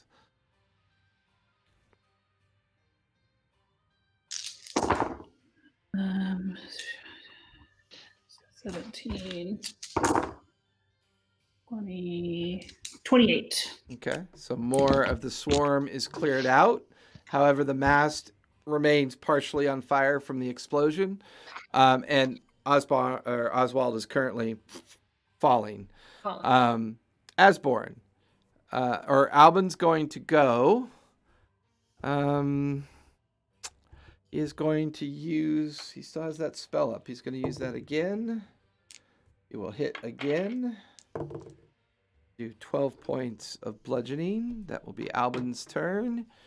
Asborn, you are up, and then Sam, you're on deck. I'm going to try to catch Oswald. Okay, so you're going to have to run through the remainder of the swarm to get to the main mast. Okay, that's fine. Okay, give me deck save. Okay. With advantage, because you are enlarged. Okay, 7. What's 17? I accidentally did it wrong. All right, let me roll for damage. You'll take half damage. Half of 7 is 3. Take 3 points of slashing damage as you go tearing through these creatures over to the main mast. And you're now looking up to see where Asborn is, or where Oswald is, like falling directly at you. So, for flavor, Oswald, as you're falling, you can see Asborn standing directly underneath you. You're going to crash into him. Go ahead and so Asborn, go ahead and give me athletics, and Oswald, give me acrobatics, please. I am going to use my my bardic inspiration with this as well. Okay. So that's also a D10. Okay. So that is 21 plus 2, 23. Okay. I roll a nat 20. Nice. Plus You ain't 1, falling 21. on my watch. So Oswald manages to twist and contort his body and literally land like into your arms, Asborn, but the impact sends you both to the ground. That's I'm going to consider this a success. So you're only going to take half damage, Oswald. You take 7 points of falling damage, halved to 3, but I still need a concentration check, please. Keep your concentration. Keep it. Are you concentrated? Me? Yes. Hmm? Concentration check. Are you concentrated? How much damage did I take? You have to roll 3. a 10 or higher because you only took 3 points of damage. Okay, I got 12. So. 12. Well, that's on the edge, buddy, of 2 trolls suddenly reappearing. As you crash into the arms of Asborn, the weight on her body that sends 2 of you tumbling and knocking you prone to the deck of the ship, but preventing you from taking much damage. That will finish your turn, Asborn, to do all that. That's fine. Sam, you are up, and then we'll be at the top of the 8th round. Okay, I would like to try again to push the remaining horde or whatever Okay. off. Okay. Whichever one's closest. Go ahead and give me athletics. Much better. 17, 21. Okay. Yeah, you watch as part of the swarm is shoved back into the water. It's beginning to diminish more. Yay. I roar, fuck off.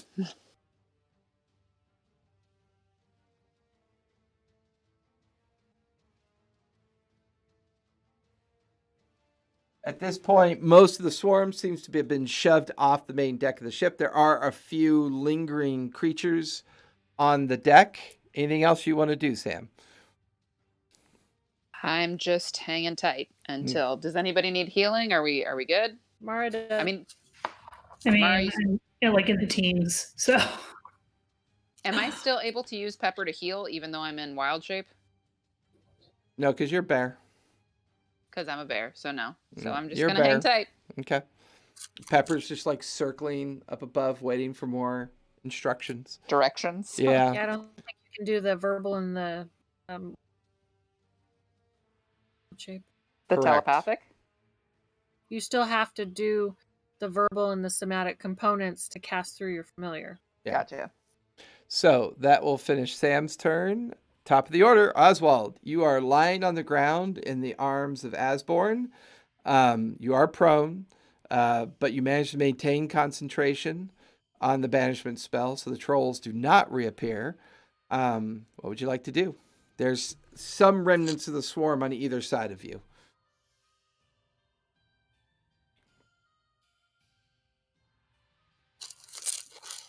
You're on mute, by the way. Or did he? Curious how much the ship has. Yes. It's your turn, buddy. Okay. I'm on the ground now. I don't like being on the ground.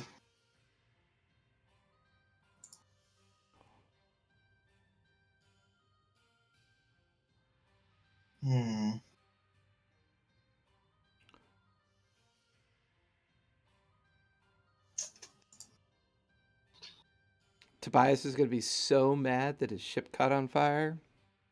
Yeah. Wasn't me. Let him be Wasn't mad. me. I didn't do it. I didn't do it. It wasn't me. I'm going to use momentary stasis on one of them. Okay. The closest one to me. Okay. So it needs to make a con save. Okay. Wow, that's a 17. All right. Jared. I guess that's just my turn then. Okay. So you stand up, cast stasis, and then it resists it. That's your full turn? I'll walk away. I'm gonna walk to the back of the ship.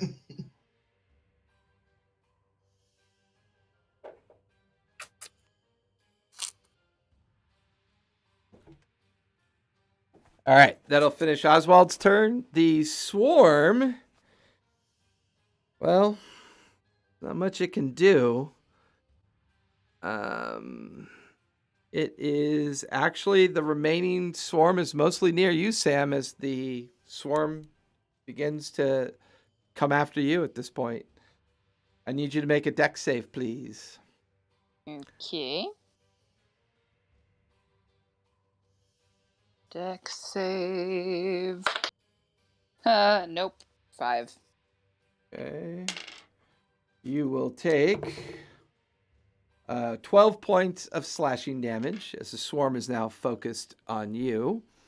That'll finish the swarm's turn. Tobias unleashes another cannonade. Boom, boom, boom. Off the left side of the ship, or the port side of the ship. I rolled a 1, 5, a natural 20, and a natural 20.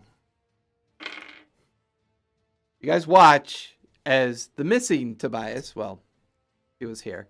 You watch as this massive cannonade off the port side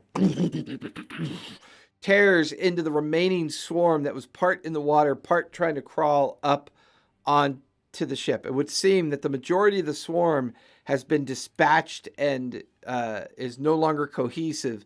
You can see where parts of them are floating away from the main body of the swarm. It doesn't seem to have form anymore. There's just 4 lingering, like fiendish individuals up on deck of the ship, and they seem to be mostly engaged with Sam. Fire. That means you are up, and then Mara's on deck. Okay. I am not going to throw any more. Vermin jars. We just the ship on. Yeah. I'm gonna take my spiritual weapon, bonus action, smacky the remaining ones with one of the remaining ones up by Sam. Okay. Smacky smack. Okay. Does a 16 hit? I forgot it was already up there. Yeah, 16 definitely hits. Oh, phew. Okay. Wasn't sure. I don't think there's a 5 points of damage. Your audio keeps cutting out. Oh no, there is a bonus. Okay. 5 plus 4 is 9. Again, 9 points of damage. 9 points of damage. Good to know. Sorry. Anything else you'd like to do? Yes. That was my bonus action. So I am still next to Mara, right? Correct. You're literally right behind her. Right behind her. So 4th level. Yeah, 4th level cure wounds. 4d8. Okay.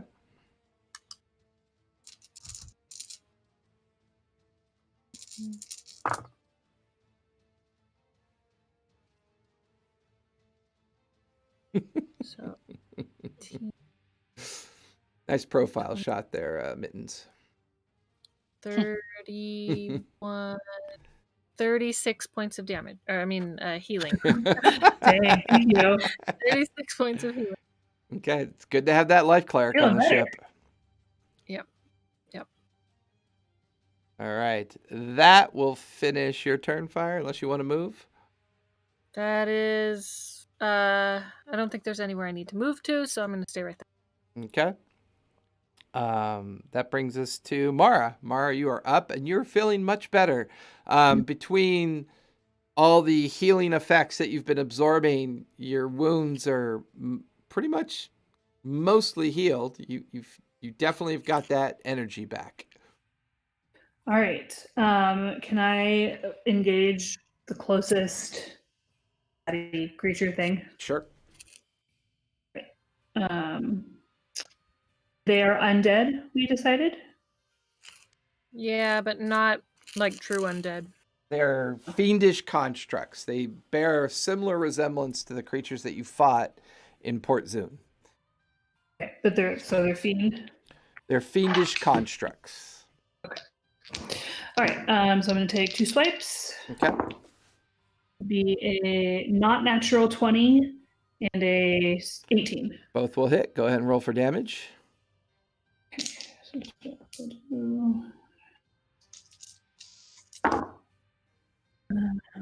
10. What's my 10? 19 for the first swipe. That will do. Keep going. It'll be 18 plus 27 for the second swipe. And part of that is radiant damage.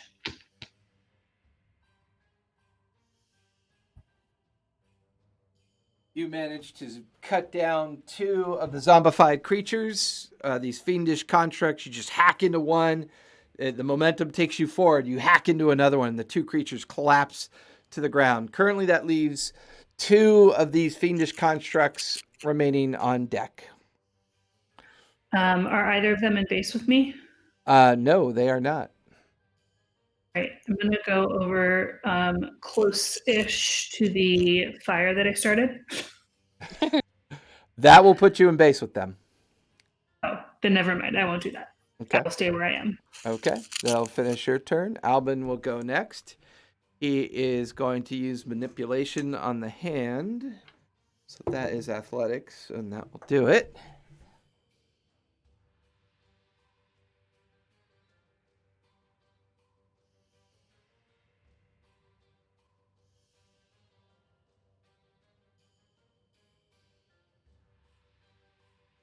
You watch as this weird, earthial hand kind of picks up one of the fiendish constructs and firmly holds it in the grasp of its hand. It then holds in place, and that'll finish Albin's turn as he has now grappled one of the creatures. Asborn, you are up. There is You are currently knocked prone after catching Oswald after he had fallen from the crow's nest. So you are currently lying on the ground. You have not gotten back up yet. You watch I'm going to. Oh, as this sorry. earth hand kind of drifts by you with a creature like kind of grappled in its hand.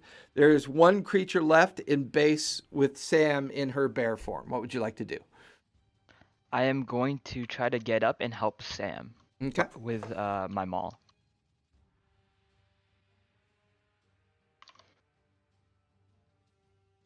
Do I need to roll anything to get up? No, it's just half your movement.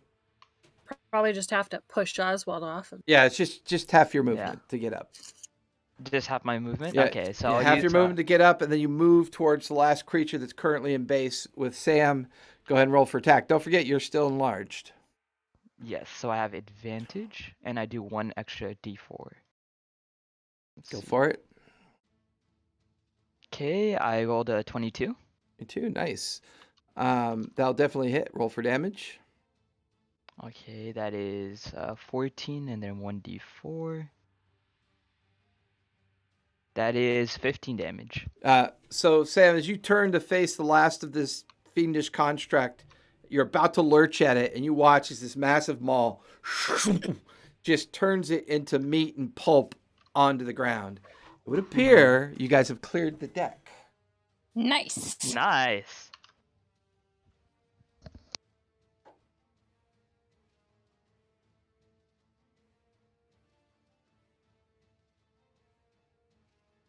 The only thing specific going on right now is that the mast seems to be on fire. So for that, we'll remain in initiative because currently Oswald is still maintaining concentration on the banishment. Tobias is managing the cannonade fire in the direction that the ship is now drifting towards as it's attempting to help the Blue Opal, who's now currently seems to be winning its fight against the swarm, as well as the others. It seems once those big creatures are taken out, the remainder of the attack seems to wane quite rather quickly. However, there's still a raging fire in the middle of the ship. Albin is currently concentrating on holding the one creature in its grasp in his spell effect. Oswald, give me a survival check really quick. Hold on.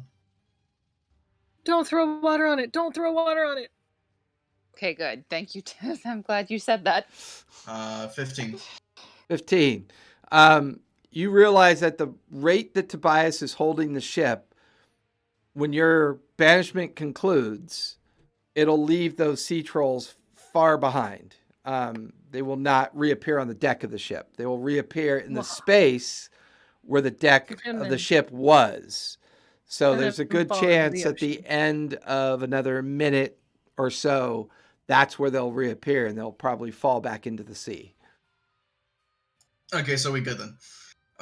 You get the vibe that you'll be good. Right now, Asborn just went. Sam, you're up. You're in your bear form. The only real threat that seems to be going on right now is the fact that the main mast of the ship is currently on fire. And I can't use water on it. I wouldn't recommend it. How are we going to do that? Beat it. What's that? Beat it. Yeah, I guess I'm gonna go over there and use my bear paws and try and pat some of it out because Oh gosh, not your paws. I don't know what else to do. I don't have anything. If I had, it's because I used all my spell slots. If I could conjure an elemental, that would help, but it does not. Rip clothes off of the dead bodies. And pat it out with that. I don't Yeah. know how dexterous my bear paws would be. I don't have thumbs. Not quite dexterous enough to accomplish that, and most of the remaining ragged clothing left on the deck of the ship is not in any kind of state, or they would definitely be soaked with seawater. Yeah. Hmm. Oh gosh. What if? No, that's a break or a tear. That doesn't help. I'm stuck. I'm sorry. You just watch as Sam the bear just sits there, stares. I'm just gonna start patting. Give me a deck save. All right. Let me see. Dex. 18. 18. Take 4 points of fire damage, halved to 2, as you're attempting to use your massive bear paws to put this fire out. That'll finish your turn. Oswald, you are up. What would you like to try to do? Did I get to put any of it out? I mean, your little. I mean, you definitely had an effect. Whether or not it was enough to make a difference, it's hard to tell. Oh, okay. Hold on. I'm going to start casting Conjure Elemental. Is that concentration? It just takes a minute to cast. Conjure Elemental, Would you really? say that? Would you say that it would still count as being a concentration spell while I'm taking the 1 minute to cast it? I would say you'd have to make at least. I would say so because you're concentrating on the spell, yeah, and casting to bring it into existence. Okay, then I just gotta wait a minute out. There's nothing really I can do for this. Okay. You guys managed to defeat all the creatures, and you all burned to death. That'll finish Oswald's turn. Unless. No, never mind. Yeah, okay. No, I'm good. You got all of you here, a struggling Tobias on the helm. What are you guys doing? Get the sandbags. Put it out with the sand, you fucking idiots. We have sand? We got sand? Also, that's Of course exactly we have sand. You can see barrels with flame emblems on them with marks through them. And you begin to realize that there are other ways of putting out fires, and it would appear that Tobias had the deckhand strategically place sand barrels filled with sand for this particular purpose. Oh my god, Tobias, you did something smart for once? Yeah, shut up, you bitch. Put the fire out that you started. That wasn't Asborn. Tobias doesn't know that. Yeah, He doesn't that might care. Tobias is just happy to yell at anybody he wants to. He's not going to yell at his first mate. Alright. Are we still in turns right now? Technically, you're still in initiative, so that was Tobias's turn. Fire, what are you going to try to do? And you I'm going to grab sand and I'm going to throw it on the fire. I mean, strategically. On yourself? That's very weird. No. Go ahead and give me deck save, please. Oh, there's my deck.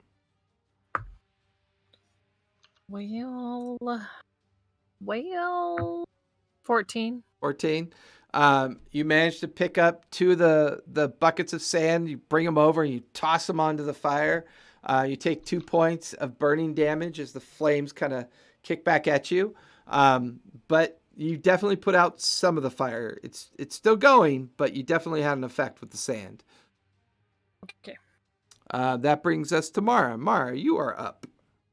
I'm gonna do the same thing. Grab some sand and toss it. Okay, give me a deck save. 23. 23. You take only 2 points of fire damage as you toss buckets of sand onto the flame. It's now about 50% out, about halfway out. That'll finish your turn. Albin continues to concentrate and hold on to the creature. Asborn, you are up now. I am going to cast Warding Wind at 2nd level. Okay, what does that do? Warding Wind, it casts a large sphere of wind around me, 10 feet, and Okay. it puts out any small flames. Okay, I'll say that since it's half out, had it been fully engulfed, it would not be a small flame. But I'll say that it's halfway out. It would equal a small flame. You guys watch as Asborn begins to cast an effect, and this orb of wind circles around her. She steps up towards the flame, and you watch as it just... and you see the charred, kind of embery, kind of like mast and the wood effect. You can see the smoke drifting off of it. It would seem that other than the occasional shots of cannon off in the distance and Tobias barking out orders to everybody else, it would seem we are currently out of initiative. The fire's been put out. Oh, The deck has been nice. cleared. What would you guys like to do? And currently Albin still has that hand spell. And then as he's holding it and he changes out of his werelion form, he looks over to you, Mara, and says he can only hold on to it for another couple minutes. Yeah, I can only hold on to this for 2 more minutes. Do we need it for anything? Do we can't Look for interrogate it, repairs. right? Look for repairs if we need anything. I mean, No, I've never seen a it's creature holding like it. this before. I mean, I would imagine you'd want to study it. Okay, so let's go over and look at it. We Oh, like it's still tie it dead up. on the deck? No, it's alive on the holding deck. it. I mean, it's undead on the Oh. deck He's holding that. in Okay. a giant paw. Gotcha. Can we like grab some rope or something? Yeah, there's plenty of rope lying Tobias around. doing that stuff, isn't he? Hey, Tobias, Yeah, come tie I'll this pull guy up. rope out of my bag of holding. Oh, I need to change out of bear form. I forgot. Sam comes I out was like, of wait. her. Sam's just sitting there trying to talk to us. We're like, Sam, we can't understand you. You want some honey and a picnic basket? Is that what you want? Yeah, that's it. That's it. Are we going to be able to talk bear to each other if we're both bears? That would be so cool.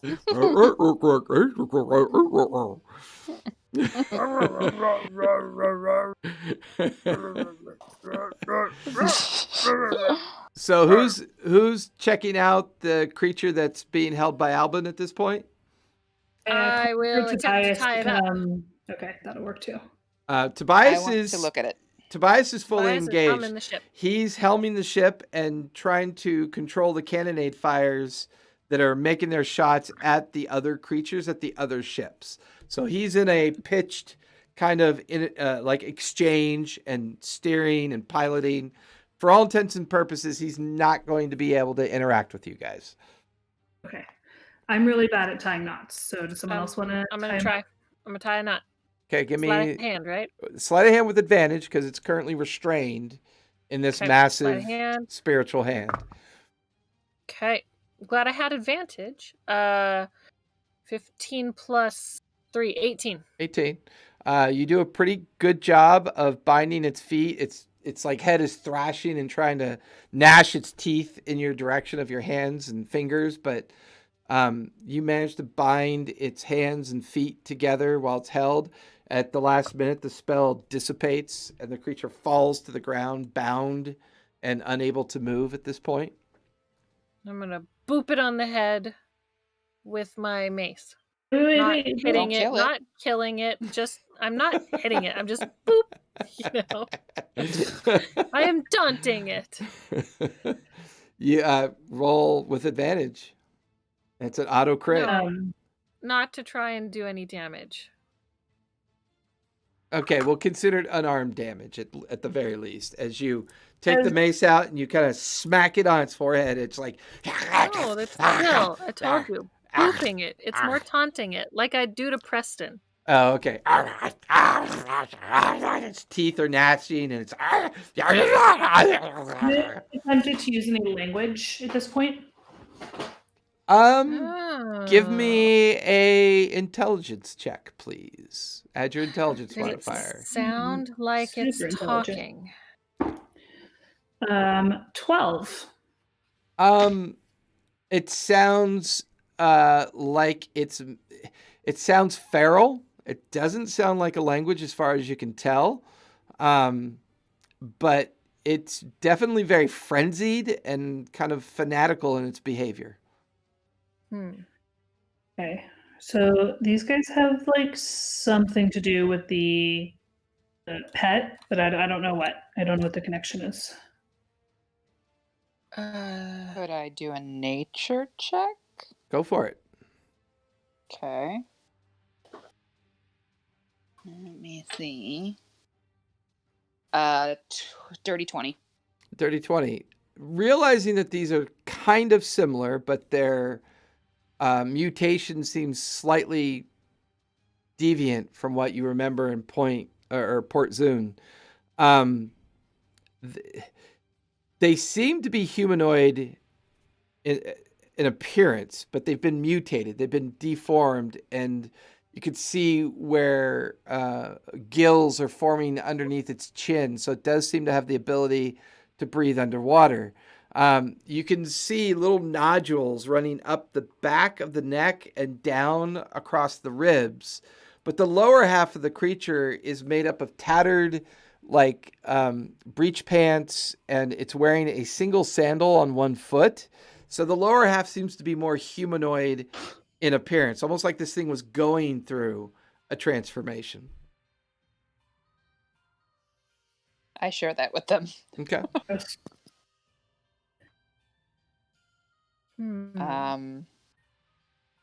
If we can't talk to it, I mean, I hate to be that guy, but I feel like we don't really need it. I don't know. I'm gonna try greater restoration. I was just going to suggest that. Ooh, fancy. Okay. What level? Pull out. It's a 5th level spell. Okay. I'm trying to see if I can. I don't know if I can cast it at all. I don't think so, but sometimes I don't know all the spells by heart, so you never know. Yeah, it's not one that looks like it gets better at a higher level. You guys watch as Fire leans over the bound creature, and she begins to do the I'm only touching its foot. I'm not getting anywhere near its mouth. Fair enough. And she reaches out, and there's a pulse of light that kind of coalesces around it, and you watch as the legs and feet turn more normal and human in appearance. You watch as the thighs and then the lower portion of itself becomes more human in appearance. And then you watch as whatever magic had stitched this together bifurcates it. And you watch as the creature is split in half, the human half rolling away from the mutated half. As the mutated half rolls away, you watch as tendrils of guts and slick entrails form into tentacles, and the creature begins to scurry towards the edge of the ship. Catch it! Can we stomp on it? Can I jump on it? Step on it. Give me, well, I mean, stepping on it, I mean, it's half the size of a humanoid, and it's currently I'm gonna take my bag of holding and I'm gonna try and catch it in it. No, we need to use the bag for the pet bag. So I'll say Mara, Sam, and Fire, you were kind of distracted by this thing that Fire was doing. Asborn, you were watching as well as Oswald was watching. So I'll say, Asborn, you're best positioned to try to intercept this thing. So go ahead and give me acrobatics or athletics, whichever one you want to use. All right, athletics it is. Okay. Nat 20 plus 12, 32. Nice. Holy you guys shit. watch as the tendrils all kind of form at the bifurcated section of the creature, and it begins to scurry away. You just watch as Asbor, she reaches down, snatches one of the tendrils, and she's now holding it out away from her like this. The skull is curled, the face of the visage of the creature, its arms are still bound. Its mutated form is now fully realized as its face descends into multifaceted eyes. Its gills flare out. Its chest is heaving in and out. And it's just this long tongue is slathering across its face as it's struggling against the fact that Asborn is kind of like holding it aloft at this point. Can we stick that in a bucket? It's far Like in too, a barrel? It's Like far in a barrel? Yeah, it's far too large for a bucket. It could fit in one of the empty sand barrels for sure. Oh, Yeah, throw it in I'm a gonna do sand that. barrel and hammer Asborn, it down. I'm gonna check on the other guy. You I'm watch gonna his, check on the guy. well, there's nothing left of the guy. It's just half of his body. It's split in half. Oh, okay. I So wasn't sure if you like, restored, he fully formed. No, you Okay. restored the human part that was attached to this Mhm. creature. which Okay. caused the mutated form of the creature to come into full existence. Unfortunately, Okay. you He's know, half a body. yeah, Okay. he's just legs and a sandal and some worn out pants at this point. Oh, Oh. jeez. I mean, you I'm can just always saying, we should have put him out of his misery. you can always check Well, the we kind of pocket. did. You can always check the pockets. Okay, I'll Not check the it. pockets. Give me an investigation course. check. You always have to check the pockets. We Yep, loot. roll the bodies. Roll the bodies. Investigations. Pluses. 17. 17. You do find 3 gold coins and 2 copper coins in its pocket. Oh, yeah. They are, you look at them as you pull them out. They are minted from Darktoe. You recognize the emblem of the Plank King on the coins. This could be a pirate from the stronghold of Darktoe. And it was 3 gold, 2 copper. Mm-hmm. I know, always keeping tabs on that money. From Darktoe. Okay.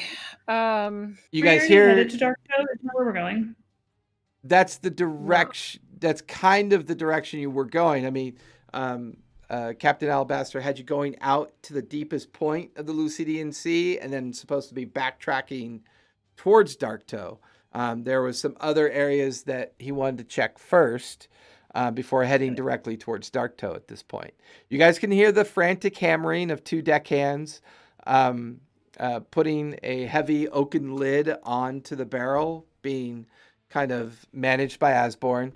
Tobias is barking out repair orders as all the deckhands are still accounted for with the exception of 2. The remaining The 2 that got deckhands swallowed. are doing their best to do repair work, keep the cannons firing in the direction as Tobias is steering the ship in the direction of the Blue Opal, just in time to see the last of the creatures kind of get disentangled from their decks. A series of flags go up. Tobias kind of then heaves the ship to starboard as the Blue Opal shifts, and now both ships are making their way towards the Acorn and the Trident, who both seem to have had decent amount of luck of fighting off the creatures. All 4 ships for the next hour or so are making their way to a point to where they can be near to each other, but not so much that they cause the sails to collapse in from the effect of the winds. A series of messages get kind of sent back and forth through hand signals. You learn that some of the ships did suffer damage. This is going to slow the group down a bit. Some deckhands were lost, some are injured and require healing.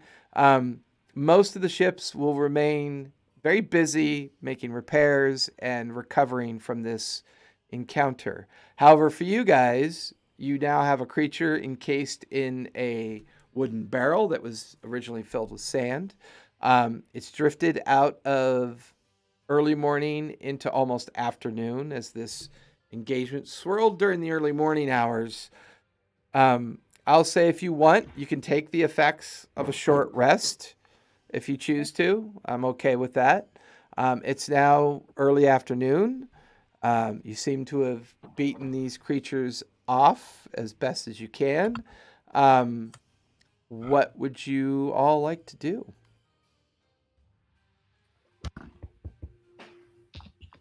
I am going to get a little piece of paper and a pen, and I'm going to write the name Timmy on it, and then slap that on the barrel with Okay, undead in it.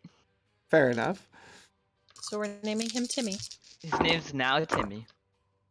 We're going to call him Tiny Tim. So many things wrong with you. Yes, All good. I know.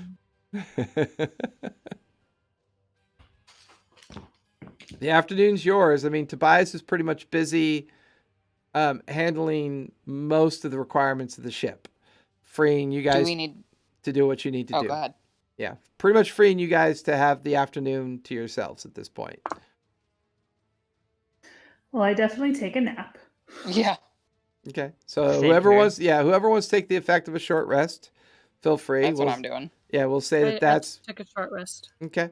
That's what burns I need away. a hit die. Yeah, we'll say that's what burns away the last of the morning and into the afternoon. Eventually, things calm down enough to where people are taking stock, finishing up surface repairs. At one point, Mara, as you kind of wake up for your nap, and Albin kind of leans in and kind of gives you a quick peck on the cheek. He goes, "Dear, I'm going to go see how Captain Alabaster's doing. Do you need anything from me right now?" No, I was going to just relax a little bit. That was a rough "Mm, afternoon. yes, but I haven't had fun like that, well, since our wedding night." He kind of winks at you.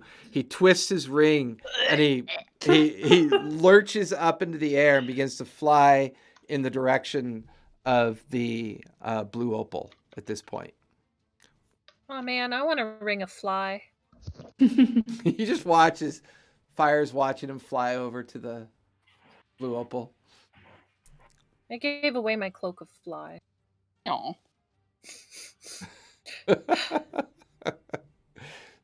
So what are you guys doing? Every now and then you can hear the thrashing of the creature in the barrel. Scratching and just... Do we have a glass jar that we could put that in, guys? Anyone?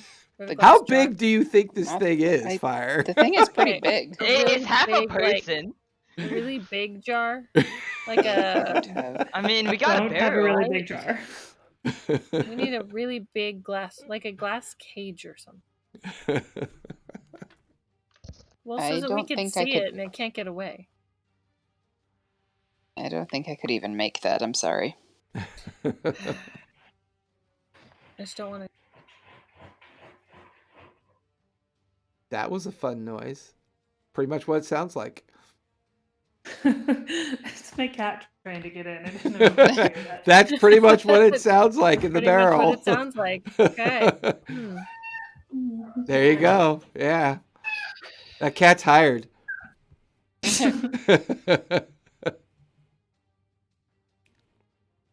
So what are you guys doing?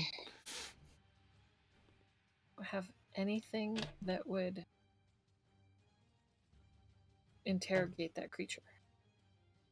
It's feral. I don't know if it really has any sort of cognizance. Ask if Oswald knows anything. Hey, Oswald. Oswald, do you know anything? I'm gonna look at the barrel mark Timmy. What? Is that like an undead joke? Yeah. I mean, kind of. I mean, it's not alive, and you're Not alive. All right, good night. Don't you I'm guys going to have bed. Don't you guys have like meetings or something? All right, good night. I'm going to bed.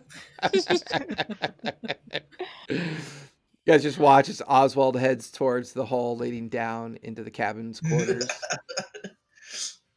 Well, that's not helpful. Yeah, neither are your jokes. As he descends Yeah. down through the hole. We'll just wait. We can bring it to the fleet later once we get to Darktoe. Let's just keep it for now. Yeah. And you're I would say watching so, as the too. deckhands like give it a wide berth. Because every time something Yeah, gets no one near touch it, it rattles. There's a scratchy noise going off again. I wonder I if pet the it'll. barrel. Calm down, Timmy. It's okay. I wonder if it'll die if we don't feed it.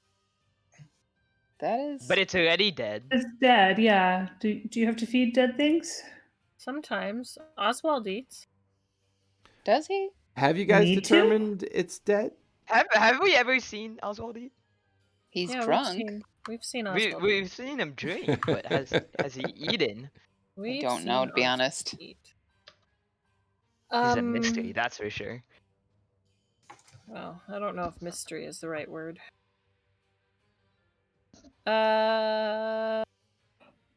Is it dead?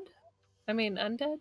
Because It seems to be more turn of, undead didn't work. right. It seems to be more of a fiendish creature. Fiendish aren't necessarily undead. Right. It exemplifies more of a fiendish construct because your greater restoration effect on it had undone the humanoid portion of the construct, and released Right. the mutated form.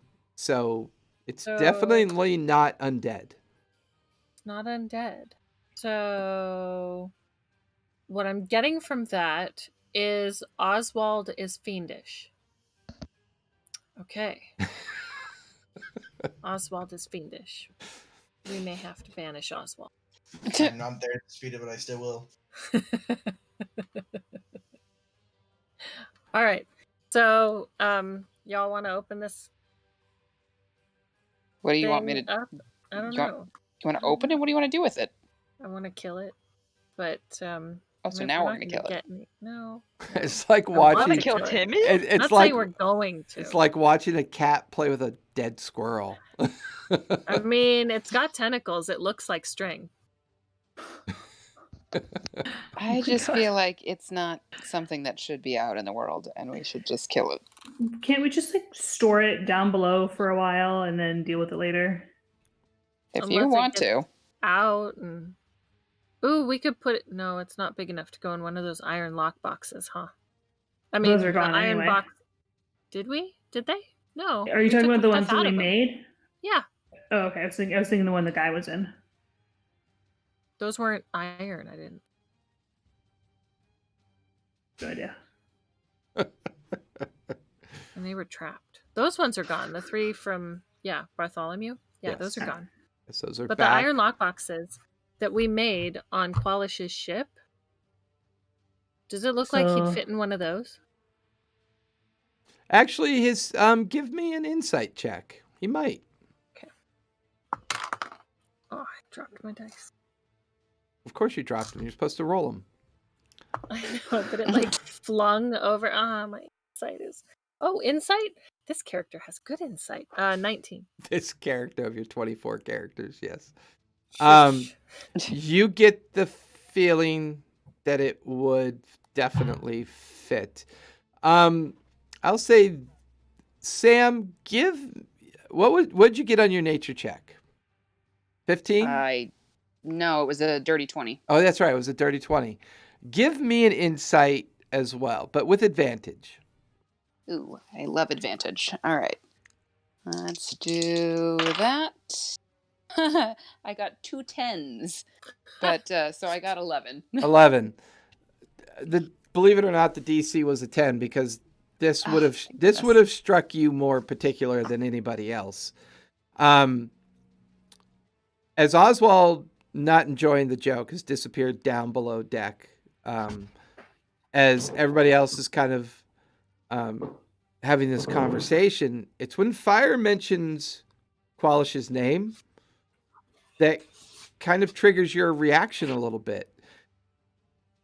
There's a little bit of his handiwork here. This isn't all that dissimilar than some of his mutagenic effects that he had with elementals and other creatures. This thing's been manipulated with magic and constructed and deconstructed. You're not sure why, but it's nagging you at the back of your head. Your brain is pulsing. You're like, God, this feels like Qualish's work. I'm going to say that to everybody. Okay. Yeah. Of course it was. What he did to the ship was an abomination. Oh, what he did to this thing was an abomination. Potentially. How far have we traveled? Do we know? Should I go talk to Tobias? At this point, Are we still on track? At this point, you're on track. You managed to recover some time. However, with 2 of the ships having some major damage to deal with, you're kind of traveling at a slower pace right now. The main goal was to get to the first jump off point within about 5 to 7 days. It looks like it may happen in about 6 days. So you've still got at least another 3 or 4 more days of travel to the point in the Lucidian Sea that Captain Alabaster is trying to get to at this point. Mara, you want to try out a tattoo? Yes. 100%. Can we try it? Yeah, Okay, you've but got got the rest of the day. Let's Yeah, go let's put that lock creature the in that creature iron up and then- lockbox. Okay, Lock 'em up. I'll say all of you. So There is the supply hold that you could move the box to if you wanted to. Otherwise, the lock boxes there's one in each of your rooms. Yeah, Timmy can stay in Asborn's room. I don't mind. I was gonna say not it. So It's like having Asmon in my room again. I'll say Very yeah. similar. I'll stay with They all. smell about the same. I'll stay with all of you helping. You easily move it from the barrel. It thrashes. It smells rancid. It looks hideous. You jam it into one of the iron boxes, securing the iron box. The box wiggles from occasion. You can hear it scratch on the inside, just in a frenzy of reactionary state. But If you're nice, we'll feed you.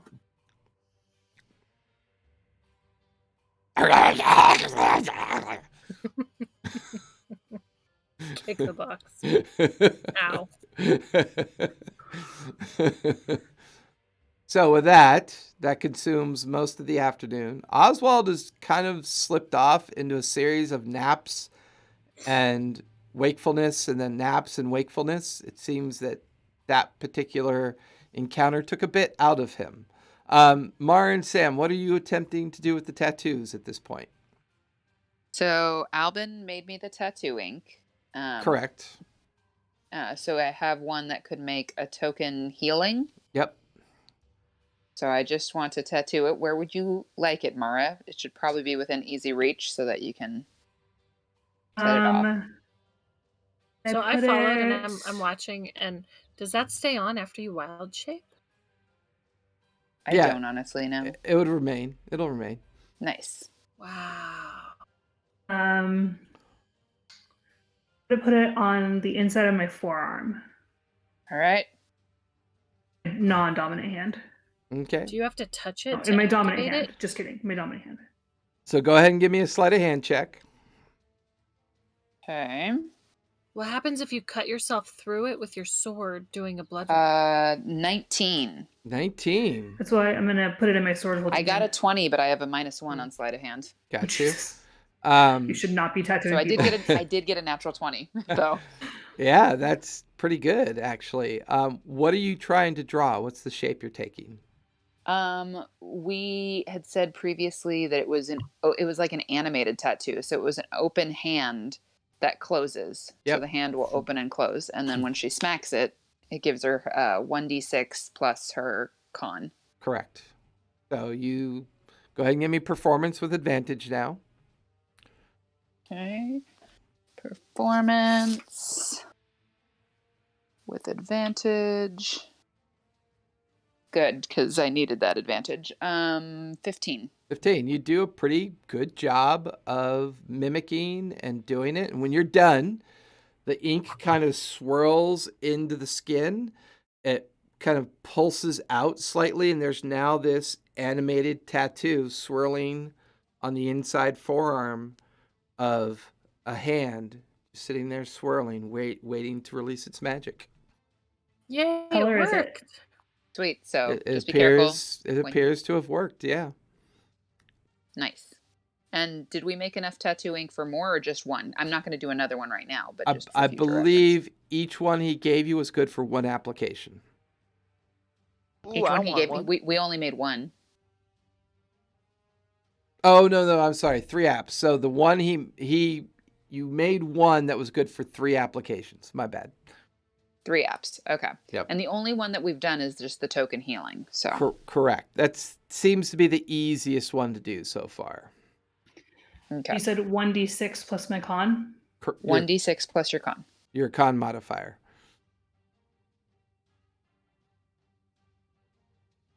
Sweet. So yeah, I'm feeling pretty good. Nice. So let's say you guys pretty much finish out the day. Decide that after a interesting event and surviving this strange encounter, once again, Qualish's name comes up. Once again, even after 3 days at sea, you're going to wake up on the 4th morning of your journey towards the very center of the Lucidian Sea. Yes. Before I go to sleep, Yes. could I scry on Qualish? Ooh. You could Scry? certainly try. Sneaky. Wait. I have to see if I have it prepared. I don't think I have. While she's figuring that out, could I also talk to Albin before everybody Not here. is? What's that? He's not here. He went to see Captain Alabaster. Damn it! I want him I to don't help me have fix my scrying prepared. robots. I don't have scrying prepared, so I have to scry in the morning. Okay. So I have with 2 robot butlers that I want. I will say this exhausting day comes to a conclusion. All of you settle in for a long rest as thoughts of Qualish, thoughts of where these creatures came from, I write in my journal. finally making it to Darktoe within maybe the next few days. Who knows what this particular location Captain Alabaster has you going towards? The constant screeching of a very angry Tobias yelling out and barking out orders to get the ship back into shape. And that's where we're going to leave off tonight, everybody. I am exhausted. All right. That was a hell of an encounter, Whew. man. That was a I'm fun like- That was one.